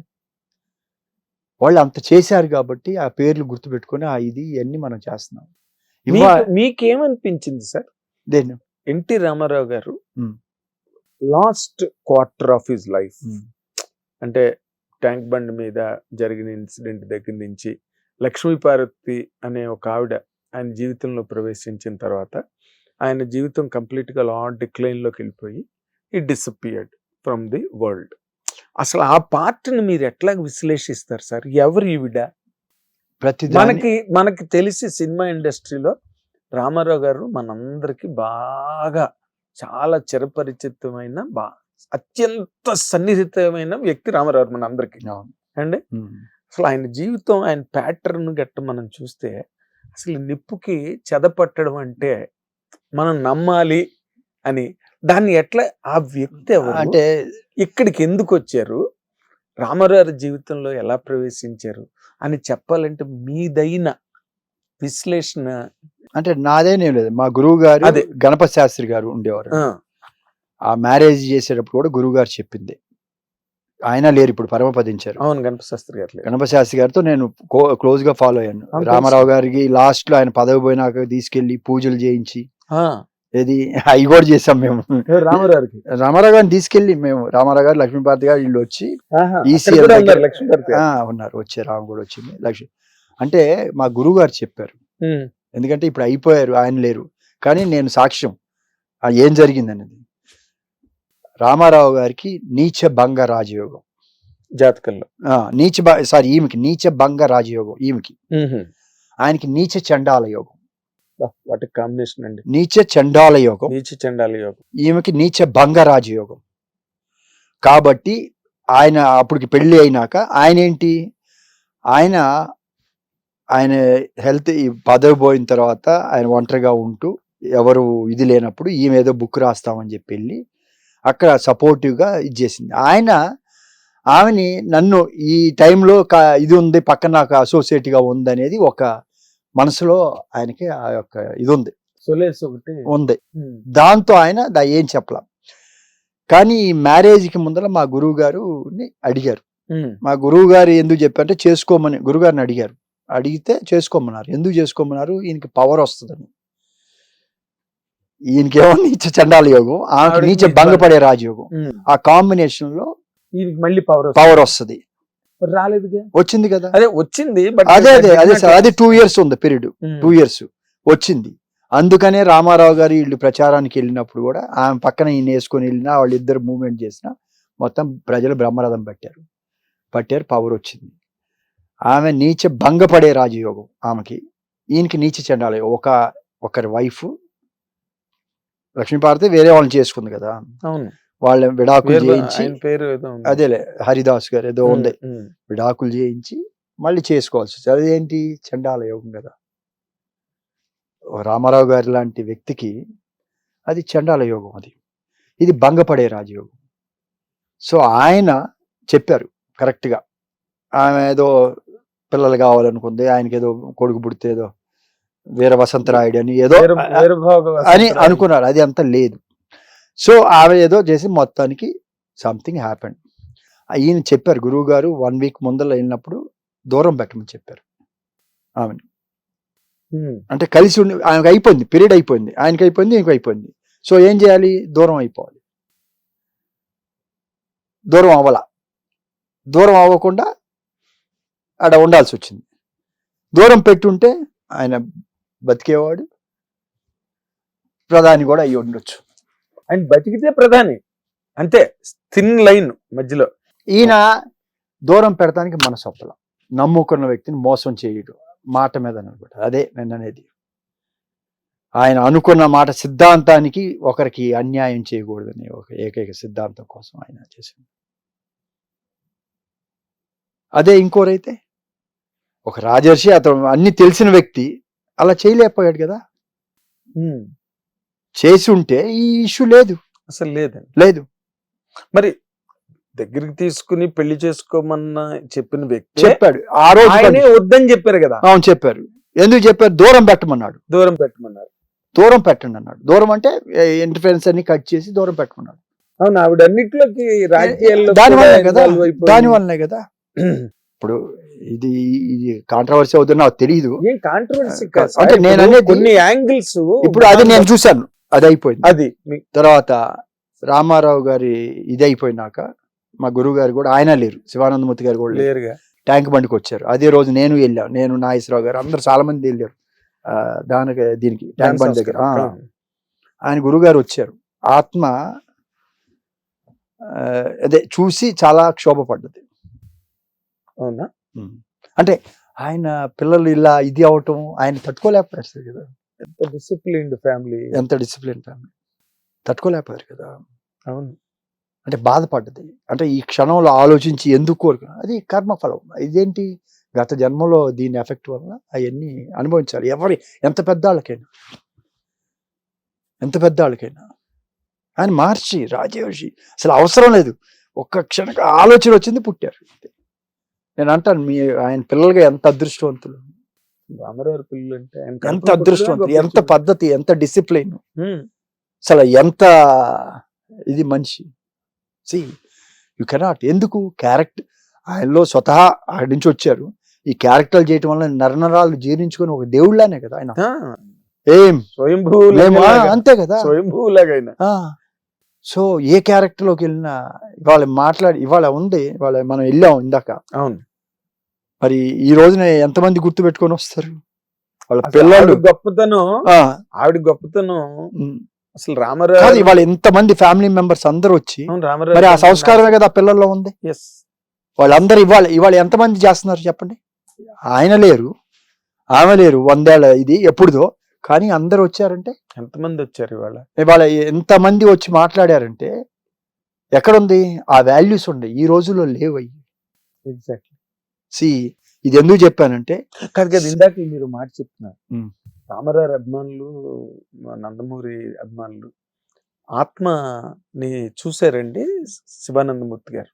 చూశారు, ఆయన తెలుసు కదా. ఆయన బాధపడుతుంది, క్షోభిస్తుంది, పైనుంచి చూస్తున్నారు. అంటే ఇక్కడ వాళ్ళు దీని దగ్గర ఎందుకు కోరుకున్నానా అని క్షోభించింది. నేను ఎందుకు ఇక్కడ పుట్టాలని కోరుకున్నానా అని క్షోభించింది. అప్పుడు తర్వాత మళ్ళీ మేము ఒక 6 సంవత్సరాల క్రితం, 5 సంవత్సరాల తర్వాత అక్కడికి వెళ్ళినప్పుడు చెప్పారు, ఇక్కడ పుట్టారు రామారావు గారు, తపస్సు చిన్న వయసు నుంచే మళ్ళీ ఉత్తరాఖండ్ లో చెప్పారు.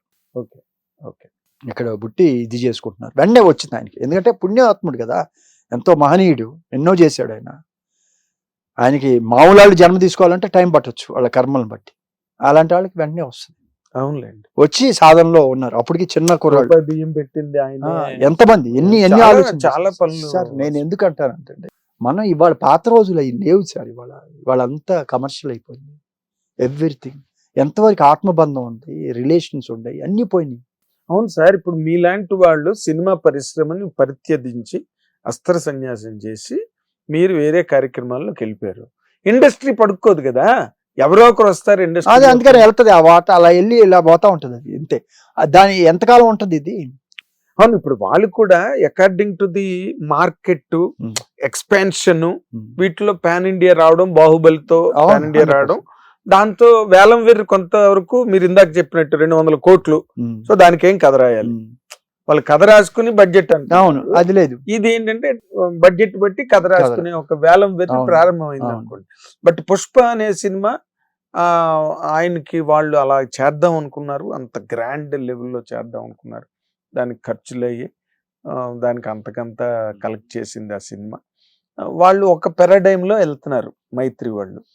ఇప్పుడు అదే దిల్ రాజు గారు ఒక పక్కన గేమ్ చేంజర్ చేశారు హైయెస్ట్ డైమెన్షన్ లో, వేరే మిడిల్ ఆర్డర్ డైమెన్షన్ లో సంక్రాంతి నేను చెప్పిన దాంట్లోనే ఆన్సర్ ఉంది. మీరు ఇందాక అడిగారు అంటే నేను అదే ఇప్పుడు నేను ఉదాహరణ చెప్పాను అనుకోండి, ఒకరు కరెక్ట్ అని చెప్తే రెండో రాంగ్ అవుతుంది. అదే ఉంటుందండి. ఇక్కడే రెండు ఆన్సర్స్ ఉంటాయి. మీరు బాగా మీరు అర్థం చేసుకుంటే, మీరు చెప్పిన దిల్ రాజు గారిది ఇటు పుష్పది తీసుకుంటే మీకు రెండిటికి ఆన్సర్ ఆడే ఉంది. నేను బడ్జెట్ కథ రాయబడింది, కథకి బడ్జెట్ ఒక హీరో ఒక ప్యాషన్ అతనితో చెయ్యాలనే ఒక దీంట్లో ఒక పెద్ద ప్రొడ్యూసర్ వెళ్ళాడు.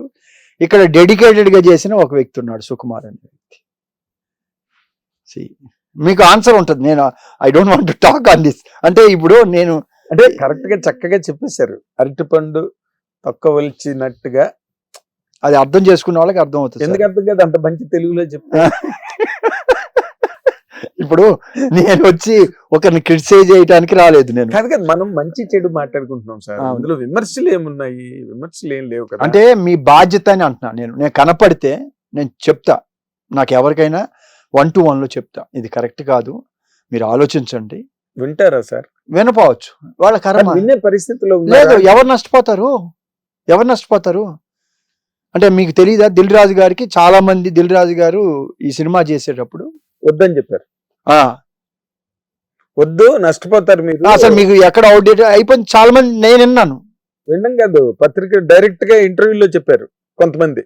చెప్పారు ఇది సినిమా పోతుంది చాలా, ఇది మొత్తం ఎవరో చెప్పకూడదా మహానుభావుడు? అందరూ ఇండస్ట్రీ వెళ్ళి అందరూ సంప్రదిస్తారా? లేదు, అక్కర్లేదు అని చెప్తున్నా. అంటే నేను అనేది సార్ ఒక స్టేజ్ వెళ్ళిపోయినాక అయిపోయింది సార్. మళ్ళీ వాళ్ళు పట్టుకొని ఇంకా నేను వాళ్ళతో పెద్ద శంకర్ గారితో తీయాలి, ఆయనే తీయాలి, ఆయన అంటే అనిపించేది. నువ్వు సినిమాలు తీసిన వ్యక్తివి ఒక ఇండస్ట్రీలో, నీకు తెలీదా? ఆ భ్రమలో పడిపోతాం. అదే Ram Charan Shankar combination, Thaman music sir. Young లో అన్ని వస్తాయి సార్. ఒక స్టేజ్ వెళ్ళిపోయి పీక్ వెళ్ళాక ఆడ ఉండవు సార్, ఏముండదు సార్. అది డెడికేటెడ్ దాని మీద ఉన్నాడు. మీరు ఇందాక చెప్పినట్టుగా చెప్పాడు కదా, అవును, పీక్ లోకి వెళ్ళిపోతే ఇంకా పీకిందే పీకుతుంటే పీక్ కాదు సార్. ఒక పైకి వెళ్ళినాక నేనైతే సార్ నేను తప్పట్ను.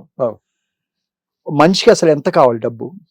140, ఇది ఇర్రెలవెంట్ మ్యాటర్ కాదు, ప్రతిదీ రిలవెంట్. ఇవాళ రేపు 143 crore పీపుల్ మన దేశ జనాభా. దేశ జనాభా 143 కోట్లలో రీసెంట్ గా 2 days బ్యాక్ ఒక సర్వే వచ్చింది. 10% అంటే 14 కోట్ల మంది, 14 కోట్ల 10 కోట్ల మంది ఉన్నారు. 10 కోట్ల మంది ప్రజలు ఏది కావాలన్నా, అంటే ఏం కావాలన్నా శ్రమ పడకుండా స్పెండ్ చేయగలిగే పొజిషన్ లో ఉన్నారు అన్నాడు. అంటే ఏది కావాలంటే నేను స్పెషల్ ఫ్లైట్ వేసి వెళ్దామని కాదు, విమానాలు ఇన్ జనరల్ గా విమానాలు వెళ్ళాలంటే వెళ్ళగలను, ఏదో టూర్కి వెళ్ళాలంటే వెళ్ళగలను, లేకపోతే జనరల్ ఆ స్టేజ్ లో ఉన్న వాళ్ళు 10 కోట్ల మంది ఉన్నారు. Okay, 10 or 10%. మిగతా 130 కోట్ల మంది ఆ స్టేజ్ లో లేరు. దిస్ ఈజ్ 2 days బ్యాక్ వచ్చిన సర్వే లేటెస్ట్. 4 months బ్యాక్ ఒక సర్వే వచ్చింది. ఏంటంటే 10% ఆఫ్ ద పాపులేషన్ చాలా ఉన్నతమైన స్థితికి వెళ్ళిపోయారు. దేశం అంటే ఈ సంవత్సరం పావర్టీ లైన్ లో నుంచి పెరిగిపోయారు. వాళ్ళ income between 8 to 10 lakhs per annum. అంటే 10% అంటే 14 కోట్ల మంది ఆ స్టేజికి ఈ సంవత్సరం పెరిగింది, భారతదేశం అభివృద్ధి చెందిందని ఒక 4 months బ్యాక్ ఒక ఇంటర్వ్యూ వచ్చింది, ఒక స్టాటిస్టిక్స్. అంటే ఇవాళ సాఫ్ట్వేర్ లో కానీ చిన్న ఉద్యోగాలు చేసిన 40,000, ఇప్పుడు ₹1,00,000 మాక్సిమం 80,000 నుంచి ₹1,00,000 వాళ్ళు 14 కోట్ల మంది ఉన్నారు. ఓకే, దీనికి ముందల నేను చదివింది, నాకు టైం కరెక్ట్ గుర్తులేదు, maybe 8 months or 1 year back, మీ దగ్గర 17 కోట్ల రూపాయలు నెట్ వాల్యూ ఉంటే, అంటే net value in the sense దీని ప్రాపర్టీ విలువ 17 కోట్లని ఇవాళ పడితే మార్కెట్లో 17 కోట్లకి వెంటనే వెళ్ళిపోవాలి. నేను 35 కోట్లు అని చెప్పి అది అమ్మితే 17 కోట్లు కూడా రాకపోతే దాని వాల్యూ 17 కోట్లే. అర్థమైంది కదా? అంటే న్యాచురల్ వాల్యూ ఉన్న వాళ్ళు 1% అన్నారు. అంటే 1,44,00,000 మంది. 1,44,00,000 మంది దగ్గర 17 కోట్ల నెట్ అసెట్ అంటే ఎనీ టైం లిక్విడ్ అసెట్ లాంటి ఉన్న వాళ్ళు 1% ఆఫ్ ద పాపులేషన్. ఓకే, 70 కోట్లు ఉన్న వాళ్ళు 0.5% ఆఫ్ ద పాపులేషన్. 70 ఉన్నాళ్ళు అంటే మన దేశ జనాభాలో 1,44,00,000 మందిలో 1,44,00,000 మంది 17 కోట్ల ఆస్తి ఉన్నవాళ్ళు మన 140 కోట్ల మందిలో. ఓకే, అదే 70 కోట్లు అబోవ్ ఉన్నాళ్ళు 70 లక్షల లోపల ఉన్నాడు. అందులో అదాని వాళ్ళందరూ వస్తారు. వాళ్ళు ఫస్ట్ సెకండ్ లో ఉన్నారు కదా, ఇంకా వరుసలో వస్తే 8 లక్షల నుంచి 10 లక్షల వరకు సంపాదన ఉన్నాళ్ళు 10% మంది, అంటే 14 కోట్ల మంది అంత సంపాదన. అంటే వాళ్ళ ఇన్కమ్ 8 to 10 lakhs. 130 కోట్లు లేకపోతే 140 కోట్ల కన్నా ఉన్నతమైన స్థితిలో మనకి భగవంతుడు ఇచ్చాడు. అంటే మనం ఏం పుణ్యం చేసుకున్నామో తెలియదు. ఇంత స్టేజ్ ఇచ్చేటప్పుడు మనం ఎంత హ్యాపీగా ఉండాలి. కరెక్ట్. కానీ నేను నా పై వాళ్ళని గురించి నేను ఆలోచన చేస్తే నాకు అన్హ్యాపీ. నేను నాకన్నా కింద ఉన్న 130 కోట్ల మందిని చూస్తే వెరీ హ్యాపీ. ఇది ఆలోచించేది ఒక మనసే.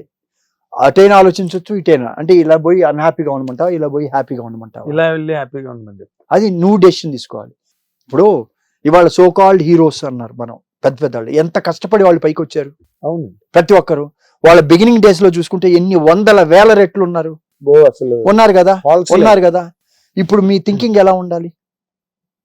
డబ్బు అనేది ప్రయారిటీ కాదు నా లెక్కలో. ఆ పొజిషన్ ఉంటే డబ్బుని గురించి చూడక్కర్లా. మనకి భగవంతుడు, మనకి ఇండస్ట్రీ ఇంత గుర్తింపు తెచ్చింది. దీనికి మన పేరు రావడానికి ఈ ఇండస్ట్రీకి ఏం మంచి చేయాలి అని ఆలోచించుకోవాలి. మనం give back to the society. పాత రోజుల్లో ఏమి ఆపర్చునిటీస్ లేవు. పెద్ద పెద్ద వాళ్ళు ఇప్పుడే చెప్పారు ఇందాక వెళ్ళినప్పుడు, 1500 ఎకరాలు గన్నవరం ఎయిర్పోర్ట్ కి ఆమె ఇచ్చింది. వాళ్ళ ఫాదర్ గన్నవరం ఎయిర్పోర్ట్ మహారాజు ఇచ్చారు 1500 ఎకరాలు.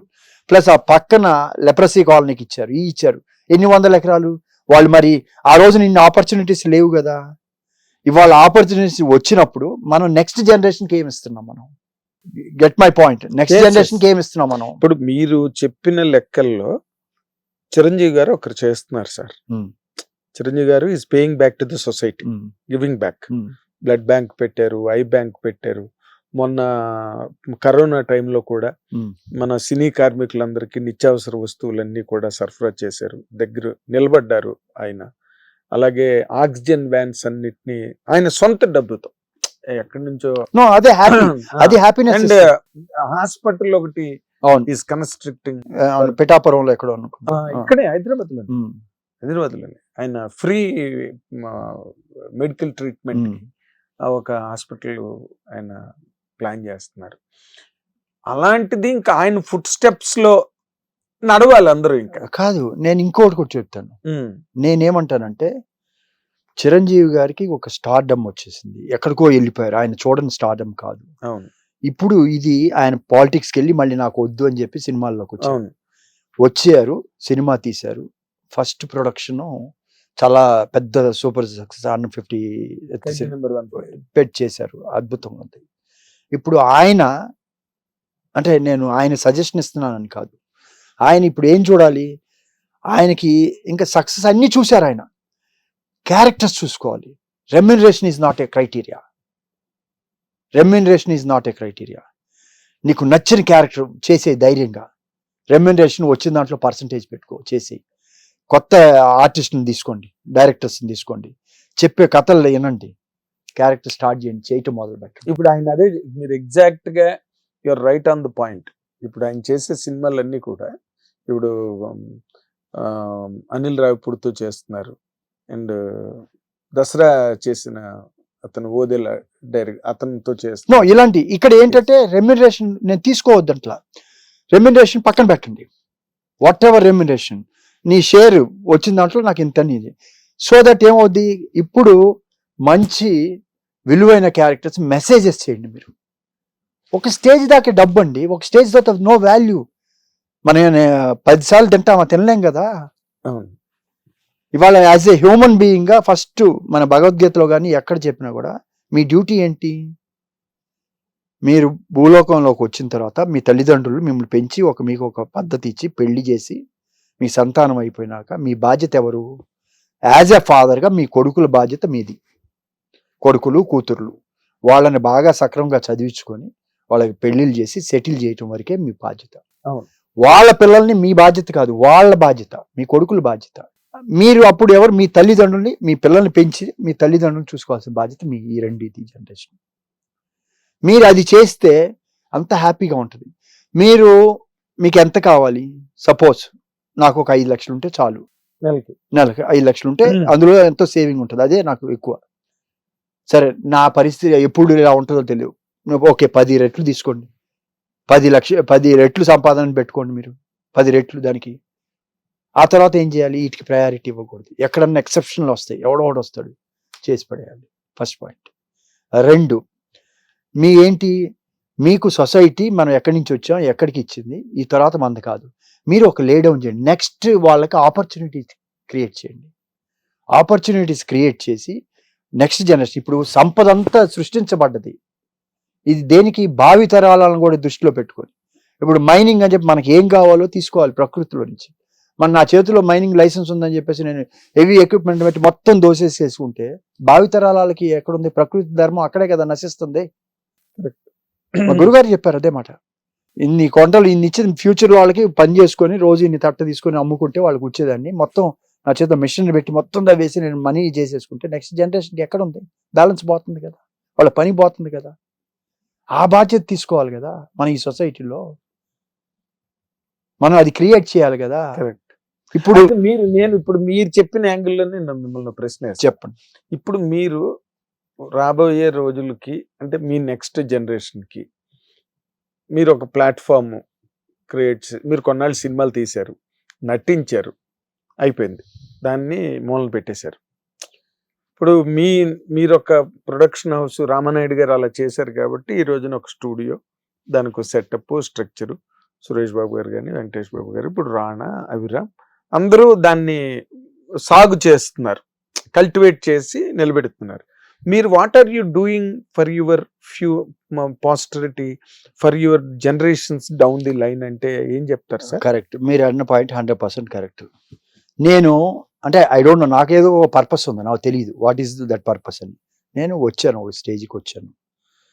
నేను ఇండస్ట్రీలో సంపాదించానా లేదా తెలియదు కానీ పేరు అయితే వచ్చింది, గుర్తింపు వచ్చింది, ఈ 2 వచ్చినాయి. సంపాదన అనేది నాకు బయటే సంపాదించాను, ఇండస్ట్రీలో నాకు పెద్ద ఇది కాదు. పోగొట్టారు ఏదో సినిమా వచ్చింది, దాని గురించి అది కాదు. బట్ ఇవాళ నేను వాట్ ఐఎమ్ డూయింగ్, నేను ఒక ఫార్మాస్యూటికల్ కంపెనీ ఏదో రన్ చేస్తున్నాను, అది రన్ అవుతుంది. మంచి పీక్స్ చూశాను, కష్టాలు చూశాను, అయినా కూడా స్టడీగా దాన్ని సిస్టమేటిక్గా నిలబెట్టి రన్ చేసుకుంటూ వెళ్తుంది. ఓ 150 మంది దాని మీద పని చేస్తున్నారు, తిరుగుతుంది, అది వెళ్ళిపోతా ఉంది, సెల్ఫ్ సెన్సరింగ్ అయిపోయింది. ఇప్పుడు నేను ఎవరన్నా క్యారెక్టర్స్, నేను సినిమా ఏ రోజు మానేశాను, 5 years అవుతుంది. అదే చెప్తున్నాను నేను. సినిమాలు అంటే వద్దు, మనం హీరోలు వెనకాతలు పరిగెట్టలేము, వాళ్ళు అడిగిన రెమ్యునరేషన్ ఇవ్వలేము, వాళ్ళు మన మాట వినరు, ఓకే దండం. నేను అది మానేసిన తర్వాత నటుడుగా ఎందుకు మానేశారు? నేను నటుడు కూడా చేయట్లేదు. ఎందుకు చేయట్లేదంటే వెళ్తే షూటింగ్కి వెళ్తే మనకు ఒక పాత అలవాటు ఉండే, అన్ని ప్రతిదీ ముందలే, ఆడకి వెళ్ళిన తర్వాత అప్పుడు కూర్చొని వాళ్ళు ఒక క్యారవాన్లో తీసుకెళ్ళి కూర్చోబెడతారు, బయట రాలేము. తర్వాత ఎవరు మాట్లాడేదానికి ఎవరు ఉండరు, సీనియర్ అనో లేకపోతే ఏదో వాట్ ఎవర్ ఇట్ మేబీ మాట్లాడేదానికి ఏవి ఉండవు. వస్తున్నారు సార్ అంటారు, మనం ప్రొడక్షన్ మేనేజర్ కూడా టైం చెప్పడు. మనం ముందు రోజు చేసి సార్ రేపు 8 గంటలు, పొద్దున్న రండి సార్, మనం చేయాలి ఫోన్, వాళ్ళు అది పాత రోజులు వాళ్ళు చేసేవాడు, మనం అడగాలి, మీరు పొద్దున 9 అంటే మనం 9కి వెళ్తాం, ఆడ ఎవరు ఉండరు, ఇది ఉండదు. సో ఆడ మన వెయిటింగ్ ఎప్పుడు పిలుస్తారు అని వాళ్ళకే తెలియదు, రాస్తా ఉంటారు, ఎప్పుడు వస్తుందో క్యారెక్టర్, ఏ టైంకి వస్తుందో తెలియదు. ఇది అనుభవించాను కదా సార్ నేను అనుభవించే. ఇప్పుడు నా ఇన్నర్ కాన్షియస్నెస్ లో నేను ఎందుకు ఇక్కడ వచ్చి ఇక్కడ కూర్చోవాల్సిన పని, రెమ్యునరేషన్ తీసుకోవట్లేదు, మానేశాను, ఎప్పుడో 5 years పైన అయింది. ఏం చేశాను, ఎవరికన్నా ఉపయోగం అనుకుంటే ఫస్ట్ లో వాళ్ళు అడిగితే బాబు ఏదో ఒక అనాథ శరణాలకి ఇవ్వమని ఆ డబ్బును వాళ్ళ చేత పంపించేవాడిని. ఓకే, నేను తీసుకునేవాడిని కదా. ఎవరన్నా ఆబ్లిగేషన్ అడిగితే మరి తప్పదు అనుకుంటే చేస్తా. ఇప్పుడు ఏమవుతుంది, ప్రతి ఒక్కరు ఆబ్లిగేషన్ అంటున్నారు, వెళ్తున్నాం, గుర్తింపు ఉండదు, అసలు సినిమా వస్తుందో రాదో తెలియదు, తెలీదు, ఆబ్లిగేషన్ కోసం చేయాల్సి వస్తుంది 1-2. కానీ కొన్ని ఎప్పుడన్నా మంచి సినిమా చేసి ఉండొచ్చు, కానీ గుర్తింపు కూడా లేనప్పుడు ఎందుకు చేయాలి మనం, ఆ టైం వేస్ట్ కదా, మన టైం అన్ని ఆపుకొని పొద్దున్న దీని మీద చేసుకోవచ్చు కదా అనే యాంగిల్ ఒకటి. That is 1. నేను చేసేది ఏదో, నేను ఈ చేత్తో చేసేది ఈ చేత్తో తెలియదు. నాకు ఆ విషయం నాకు తెలుసు. అది అనవసరం మనకి, అది కాదు.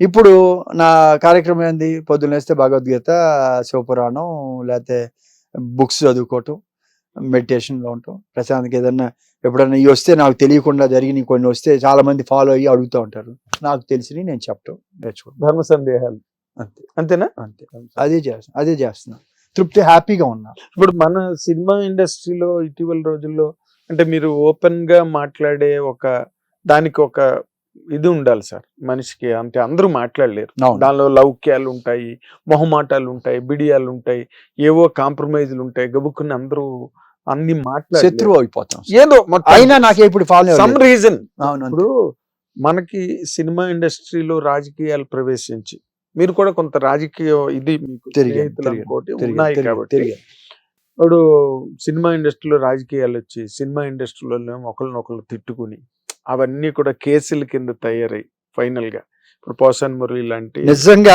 మీరు టాపిక్ ఎత్తారు. నేను చాలా సార్లు చూసి పోసాని గారి ఇష్యూని నాకు కోపం వచ్చింది. ఆయన సంబంధం లేకుండా అలా మాట్లాడుతుంటే ఎందుకయ్యా నీకెందుకు మానేవయ్యా అని చెప్దామని, ఎందుకంటే అసలు ఊగిపోతూ మనిషి, అవసరం లేదు కదా. ఇప్పుడు మనకి ఏది ఎవరు మేల్చేయరు, మన దేనికోసం వాడుతున్నారో తెలియదు. అసలు అంత ఆవేశపడిపోయి ఊరిపోయి దండం పెట్టి సార్ చంపొద్దండి మీరు కావాలంటే, అసలు అది చూస్తే నాకే 2 సార్లు ఫోన్ కూడా ఆన్ చేశా మాట్లాడదామని, ఎందుకయ్యా నీకు ఇవన్నీ చెప్దామని. ఇవాళ ఎవరు పాపం మళ్ళీ అనుభవిస్తున్నారు కదా. ఇవాళ ఇప్పుడు ఆయన పెళ్ళం బిడ్డలు బాధపడుతున్నారు, ఎవరైనా ఏం కావాలి. ఇప్పుడు మీరు మన పక్కన పొలిటీషియన్ ఉన్నారు, లేకపోతే మనకి బాగుందని అనుకుంటాం మనం, ఏదైనా ప్రాబ్లం వస్తే రోజుల్లో ఎప్పుడు ఎల్లకాలం ఉండవు కదా. ఇప్పుడు మళ్ళీ నాకు సంబంధం లేదు సజ్జల రామకృష్ణారెడ్డి మాట్లాడించారని చెప్పి ఇప్పుడు కొత్త వెర్షన్ విలువ పోతుంది కదా సార్, మీ క్యారెక్టర్ పోతుంది కదా. నువ్వు అది కాదు కదా, క్యారెక్టర్ కాదు కదా. నీ క్యారెక్టర్ పోయినాక జీవితం ఏంది సార్, లైఫ్ మనిషికి క్యారెక్టర్ పోయినాక, క్యారెక్టర్ ఉన్నంత వరకు ఉంటాం సార్, క్యారెక్టర్ లేనాక ఇంకా బెస్ట్ నో యూస్లెస్ మనం అది కాపాడుకోవాలి కదా. అవునండి. ఇప్పుడు నేను I know him, Posani Murali Paruchuri Gopalakrishna గారి దగ్గర నుంచి ఉన్నప్పటి నుంచి తెలుసు, అప్పటి నుంచి తెలుసు. అది చూశాను, ఇది చూశాను, అది చూశాను, అన్ని చూశాను సార్. ఇవన్నీ ఈ హోదాలు ఇవన్నీ పర్మనెంట్ కాదు సార్. ఒక ఆర్టిస్ట్ గా పుడతాం అనేది అదృష్టం. ఆర్టిస్ట్ ని అందరూ అదృష్టం, అందరూ హ్యాపీగా ప్రేమగా ఉంటారు. పదవి ఉన్నా లేకపోయినా, అధికారం ఉన్నా లేకపోయినా ప్రజలు అదే ప్రేమతో ఉంటారు. మరి మనం ఎందుకు సార్ దాంట్లోనే ఉండాలి కదా హ్యాపీగా. మరి ఎందుకు మీరు ఫోన్ చేసి చెప్పలేదు మురళికి? నేను కాదు, మీడియా దగ్గర నేను ఆ రోజు చూశాను, చాలా ఇదైంది. తర్వాత ఒకసారి చేసా, తీలా, సరే ఇంకా వదిలేసా. కనపడితే చెప్దాం అనుకున్నా, ఏంటి నువ్వు దిస్ ఇస్ రాంగ్, నువ్వు ఎందుకు నీకేం పని అని చెప్దాం అనుకున్నా మనస్ఫూర్తి. ఎందుకో ఎవరైనా మన దీంట్లో ఉన్నాళ్ళు కదా, you should not be carried, film ఫ్యాక్టరీలో ఉన్నాళ్ళు కదా. అది ఇప్పుడు ఇవాళ ఎవరు బాధపడుతున్నారు, అది ఎన్నాళ్ళు జరుగుతుందో కూడా తెలీదు. అంత అక్కర్లేదు కదా పర్సనల్ గా, ఎందుకు నీకెందుకు, వై సిద్ధాంతపరంగా ఏదైనా మాట్లాడండి. ఇప్పుడు నువ్వు పార్టీలో ఉన్నావు, పార్టీ మాట్లాడు, నేను ఇంకో పార్టీ మాట్లాడను. అయినా కూడా ఇప్పుడు ఎందుకు మాట్లాడలేదు? మనకేదో మీడియా ఉందని మనం చెప్తే కరెక్ట్ కాదు కదా. చిరంజీవి గారు చెప్పారు నాకు, అల్లు రామలింగ గారు చెప్పారంట, దాటినంత వరకు నీ కంట్రోల్లో ఉంటుంది, దాటిన తర్వాత యు ఆర్ ఆన్సరబుల్ అని ఆయన ఎన్నోసార్లు చెప్పారు. అది పదవి దాటిన మాట నీకు ప్రభువు, అవును, పెదవి దాటినంత వరకు నువ్వు ప్రభు ఆయన చెప్పాడు. ఇలా చెప్పారండి అని చిరంజీవి గారు చెప్పారు. ఆయన అవును నాకు చెప్పినప్పుడు చెప్పాడు, మాట దాటినంత వరకు మన కంట్రోల్ ఉంటుంది, దాటినాక ఇక మనం దానికి బానిసలు అయిపోతాం. సో చాలా మీరు నిజంగా మీరు రెగ్యులర్ గా ఇంటర్వ్యూలు, రెగ్యులర్ గా మీడియాలో మాట్లాడుతుంటే ఆలోచన విధానాల్లో చాలా వరకు మార్పు ప్రభావితం అవుతారండి. ఎందుకంటే మీరు ఏదో ఆశించో, లేకపోతే ఇలా మాట్లాడితే నాకు ఒక డేట్లు వస్తాయనో, లేకపోతే ఇలాగ మనం గనక ఇలా కనెక్షన్ పెట్టుకుంటే ఒక ప్రాజెక్ట్ చేయొచ్చనో, అలాంటి ఆలోచనలు ఏమి మీకు లేవు, బండ సున్నా. అవన్నీ కూడా తిరిగి కావాలంటే ఫిలాసఫీ చెప్పి పంపించగలరు. ఒకవేళ ఎవరైనా ఏ ప్రభాస్ లాంటి వాళ్ళు మీకు ఫోన్ చేసి సార్ సినిమా చేద్దాం సార్ అంటే, మీరు తిరిగి ఒక ఉపదేశం ఇచ్చి మీరు నీకు తెలియదు నీ పూర్వజన్మ గురించి అని చెప్పి మరీ పంపించగలరు మీరు. సో మీకు నేను ఎందుకు మాట్లాడినానంటే, because you have seen all shades of life. ఈరోజు it is not big game for you. ఇది వెంకటేష్ బాబు దగ్గరికి వెళ్ళి నేను సినిమా చేస్తాను, సురేష్ బాబుకి ఒక ఫోన్ చాలు, ఒక కథ మంచి కథ. మ్యాక్సిమం వాళ్ళు ఏం అడుగుతారు మిమ్మల్ని, ఓ మంచి కథ పట్టరామంటారు, సింపుల్ అంతే. రాణా ఇప్పుడు international figure Rana, and Abhiram is also on and off doing. మీ క్యాంపులోనే బోల్డ్ మంది హీరోలు ఉన్నారు. అంటే మనం ట్రాక్ లో లేనప్పుడు మనం ఏ ఫీల్డ్ లోకైనా సరే ఎక్స్పీరియన్స్ కావాలి సార్, కొంచెం కనీసం పరిశీలించాలి. అది లేదు, అది లేని వాళ్ళే వచ్చి చేస్తున్నారు. మనం ఏంటంటే ఇవాళ మారిపోయింది, డైమెన్షన్స్ మారిపోయినాయి. ప్రొడ్యూసర్ కి ఫ్రాంక్లీ స్పీకింగ్ నేను వాల్యూ ఉందంటే పాత రోజు ప్రొడ్యూసర్కి ఇవాళ ప్రొడ్యూసర్కి ఆ వాల్యూ లేదు సార్. ఇవాళ producer is only cashier, only a cashier. ఎందుకంటే అంతకన్నా ఏం లేదు, cheque signatory power, whatever it may be. నేనంటే క్యాషియర్ అనేది తక్కువ మాట్లాడుంటా, వాళ్ళు అంతే చెప్తారు ఏమి. And they don't allow you to come inside also కదా. బేసిక్ గా ఒకరి పేరుకి మనం ఉంటాం కానీ వాళ్ళు ఏం ఉండవు, వాళ్ళు ఏం చేస్తారో వాళ్ళు ఇంత డబ్బు ఉంటే ఇవ్వటమే, అదే పరిస్థితి. అదేలేండి. అంటే ఇప్పుడు మీరు నార్మల్ గా ఇప్పుడు కొత్త డైరెక్టర్లు చాలా మందిని రికాల్ చేస్తున్నారు. కొత్త డైరెక్టర్లు అందరూ వాళ్ళ ఆలోచనలన్నీ విధానం కొత్తగా ఉంటున్నాయండి. వాళ్ళ మనం పట్టుకురావాలి, ఈ ఆర్టిస్ట్ ని పట్టుకురావాలి అని. అలాగే ఎవరైనా మిమ్మల్ని అప్రోచ్ అయితే చేస్తారా సార్ నిజంగా మంచి క్యారెక్టర్ అయ్యి? అంటే నేను ఒకటే అడుగుతా, నేను డబ్బులు రెమ్యునరేషన్ తీసుకోవట్లేదు. ఎవరైనా మంచి క్యారెక్టర్ అయితే చేస్తాను. ఎందుకు చేస్తానంటే ఇవాళ ఏమవుతుందంటే అది అసలు వెళ్తుందా లేదా ఆడియన్స్ లో కూడా తెలియదు. ఇవాళ ఎన్ని సినిమాలు ఆగిపోతున్నాయి. ఇప్పుడు చేసి కూడా వాళ్ళు జెన్యూన్ కాదు. నేను చాలా మంది వస్తారు, వాళ్ళు మీరు అబద్ధం ఇవన్నీ కరెక్ట్ జరగవండి, మీరు అన్ని ఇంతలో ఎలా తీయగలరు అని నేను చాలాసార్లు అడిగాను. నేను అడిగితే వాళ్ళు లేదంటే ఇది వచ్చేస్తుందండి, అది ఎన్ని చూస్తాం రోజు ఛాంబర్లో, ఎన్ని చూస్తాం, ఎన్ని గొడవలు ఉంటాయి. ఇప్పుడు తెలుసు కదా సార్. ఇప్పుడు రవికిషోర్ గారు ఎందుకు మానేశారు మొన్న దెబ్బకి? దేని దెబ్బకి మానేశారు? మొన్న ఇది ఆ ఇష్యూ, అదే వాళ్ళ సినిమా రామ్ దేదో ఇదైంది కదా, పూరి వాళ్ళు ఎంత కష్టపడ్డారు ఇంత చేసి. పూరి గారు అంత ఇదయ్యి చేసి, ఇప్పుడు టైం ఎప్పుడు ఒకలాగా ఉండదు కదా. కానీ ఇప్పుడు కొంతమందికి ఎప్పుడు ఒకలాగే ఉంటుంది టైం. అవి కొన్ని రోజులే సార్, అన్ని రోజులు కాదు sir. But of the record నేను మాట్లాడను కానీ ఇవి అయిపోయి నాకు చెప్తాను నేను.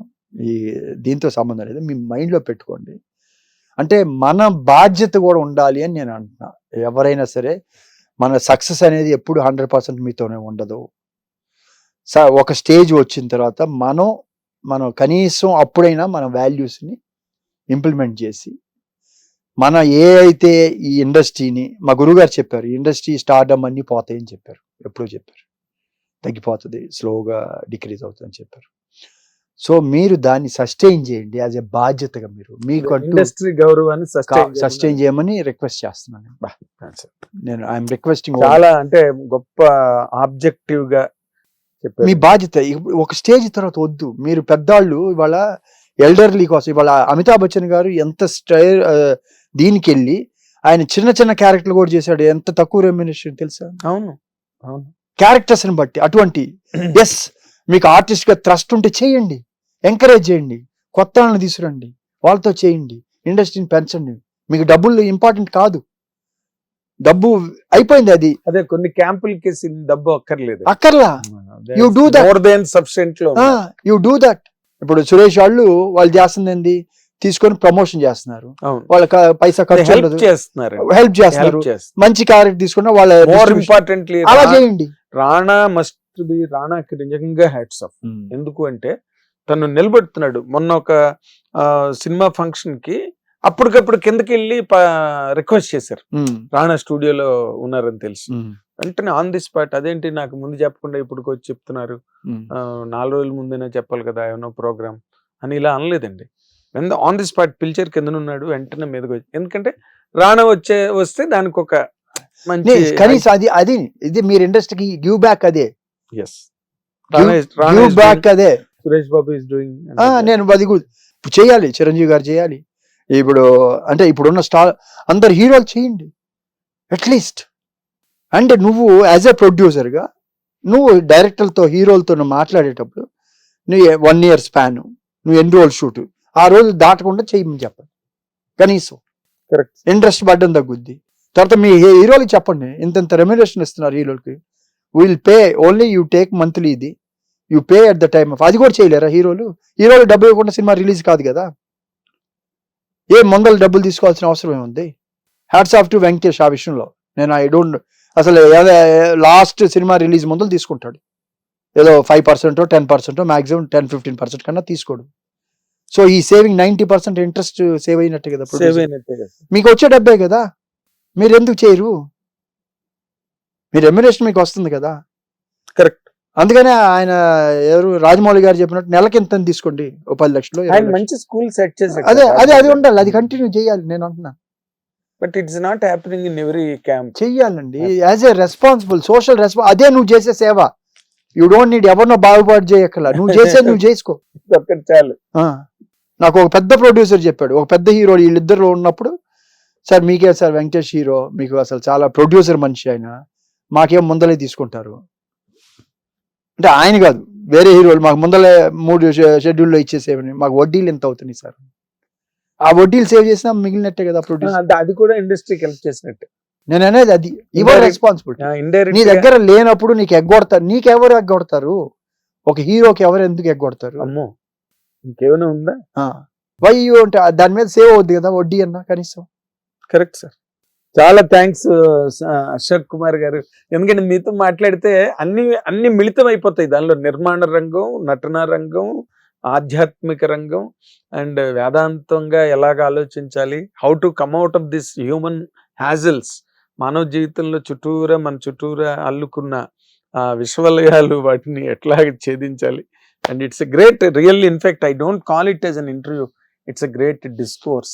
అంటే ఒక్కటే సార్, నేను ఈ ఇంటర్వ్యూ చూసిన ప్రతి ఒక్కరికి చెప్తున్నాను, నేను ఎవరిని హట్ చేద్దాం అనే ఉద్దేశంతో కానీ రెఫరెన్స్లకు ఓన్లీ ఎగ్జాంపుల్స్ పేర్లు మాట్లాడాను తప్పితే, నేను ఒక్కరికే మీ అందరికీ నమస్కారం పెట్టి చెప్పేది, ఏ ఇండస్ట్రీస్ నుంచి పైకి వచ్చారో ఇవాళ మనకి ఈ పొజిషన్ ఇచ్చిన ఇండస్ట్రీని దృష్టిలో పెట్టుకొని, ఇండస్ట్రీకి మన సైడ్ ఏం మేలు చేస్తే బాగుంటుందని మీ అంతటి మీరు ఆలోచించుకొని, ఒక స్టేజీ 130 కోట్లు 140 కోట్ల మంది కన్నా ఉన్నత స్థానంలో మనం భగవంతుడు ఇచ్చాడంటే, మీరు గత జన్మలో చేసిన పుణ్యం వలన మీకు ఈ పరిస్థితి వచ్చింది.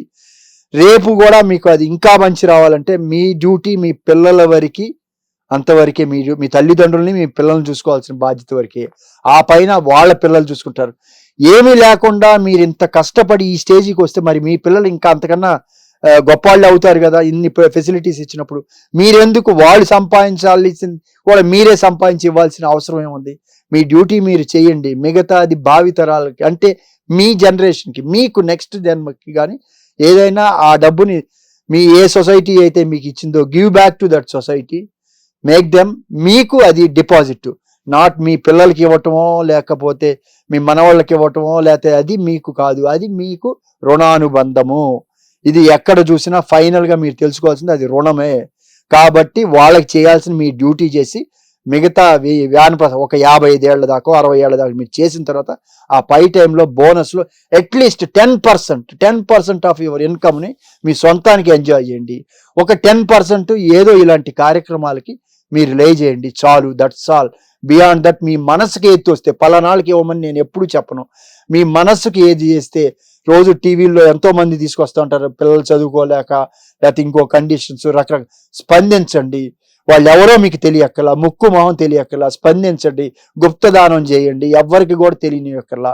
అది మీకు కాపాడుతుంది. మీ పిల్లలకి మీరు ఇచ్చే డబ్బు కన్నా కూడా ఈ మంచి కూడా వాళ్ళకి ఉపయోగపడుతుందని నేను మనసా వాచ నమ్మిన నా గురువులు, నాకున్న చిన్న మిడిమిడి జ్ఞానంతో చెప్తున్నాను. నేను నిత్యం ఆనందంగా ఉన్నాను. భగవంతుడు ఎక్కడో లేడు, మీలోనే ఉన్నాడు. ఆయన వెళ్ళిపోతే మనం పడిపోతాం. భగవంతుడి కోసం ఎక్కడెక్కడో తిరుగుతాం, కానీ ఫైనల్గా తెలుసుకునేటప్పుడు మన అంతరాత్మలోనే, హృదయ కమలంలోనే ఉన్నాడు. ఆయన్ని దృష్టిలో పెట్టుకుంటే మీకు ఎక్కడికి వెళ్ళక్కర్లా. మీకు చిన్న ఎగ్జాంపుల్, మీకు ఎప్పుడైనా సరే మీరు పని చేస్తుంటే చేయమంటాడు భగవంతుడు, నేను చేస్తున్నానంటే చూస్తూ ఉంటాడు. మీరు వలన పని కానప్పుడు మీరు సరెండర్ అయిపోయి నా చేతుల్లో ఏం లేదనంటే ఆ పని వెంటనే అయిపోతుంది. అలానే నేను చేస్తున్నాను అనుకుంటే ఆ కర్మని మీరే అనుభవిస్తారు. నేను చేశాను, నేను ఇచ్చాను, నేను ఓన్లీ భగవంతుల్లో ఒక ఇన్స్ట్రుమెంట్, ఆయన ఆడే ఆటలు, ఇదంతా ఆయనకే సమర్పించండి. మీరు ఎలాంటి బాధబంధం లేకుండా అన్ని ఆనందంగా ఉంటారు. ఇది నాకు ధన్యవాదాలు. ఈ రూపంలో మీకు చెప్పగలిగాను. ఇది ఒక సత్సంగా భావిస్తూ నాకు ఈ అవకాశం ఇచ్చిన హిట్ టీవీ వాళ్ళకి అందరికీ నమస్కారాలు చెప్తున్నాను. అశోక్ కుమార్. అది అశోక్ కుమార్ గారి తాలూకు ఆలోచనలు, అభిప్రాయాలు చూడండి ఎంత సరళతరంగా, ఎంత సోఫిస్టికేటెడ్ హ్యూమన్ టచ్ ఆయన మాటల్లో ఉన్నదో. నిజంగా సినిమా ఇండస్ట్రీ అనే ఈ ఒక చాలా జంజాటం ఇది సినిమా పరిశ్రమ అన్నది. దానిలో ఆయన నేర్చుకున్నది, ఆయన చూడగలిగింది, అందరితో కలిసి పంచుకుంటున్న ఈ అద్భుతమైన ఒక అవర్ ఇది మనం ఆయనతో గడపగలిగాం. Watch and enjoy. Thank you very much. Thank you. Hit TV app, ఇందులో short news, live news, entertainment shows, movies, digital magazines తో పాటు మీ జిల్లా వార్తలను కూడా ఫ్రీగా చూడొచ్చు. అంతేకాదు కేజీ నుంచి పీజీ వరకు విద్యార్థులకు స్కాలర్షిప్ కూడా అందిస్తున్నాం. ప్రతి వారం 10 మందికి లక్కీ డ్రా ద్వారా ఒక్కొక్కరికి 10,000 రూపాయలు అందిస్తున్నాం. ఇంకెందుకు ఆలస్యం, వెంటనే హిట్ టీవీ యాప్ ని డౌన్లోడ్ చేసుకుని ఫ్రీగా ఎంటర్టైన్మెంట్ పొందండి. Hit TV app. Hit TV app.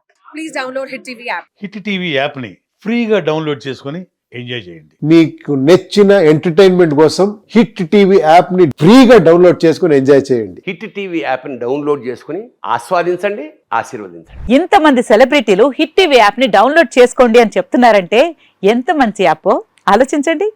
America America America అమెరికాలో చదవాలనుకునే వాళ్ళకి విశ్వసనీయమైన పేరు మన శౌర్య కన్సల్టెన్సీ. UK లో 1 year masters. UK లో 1 year masters. 2 years work permit up to 5 years visa. Contact Saurya Consultancy. Contact 89851 89851.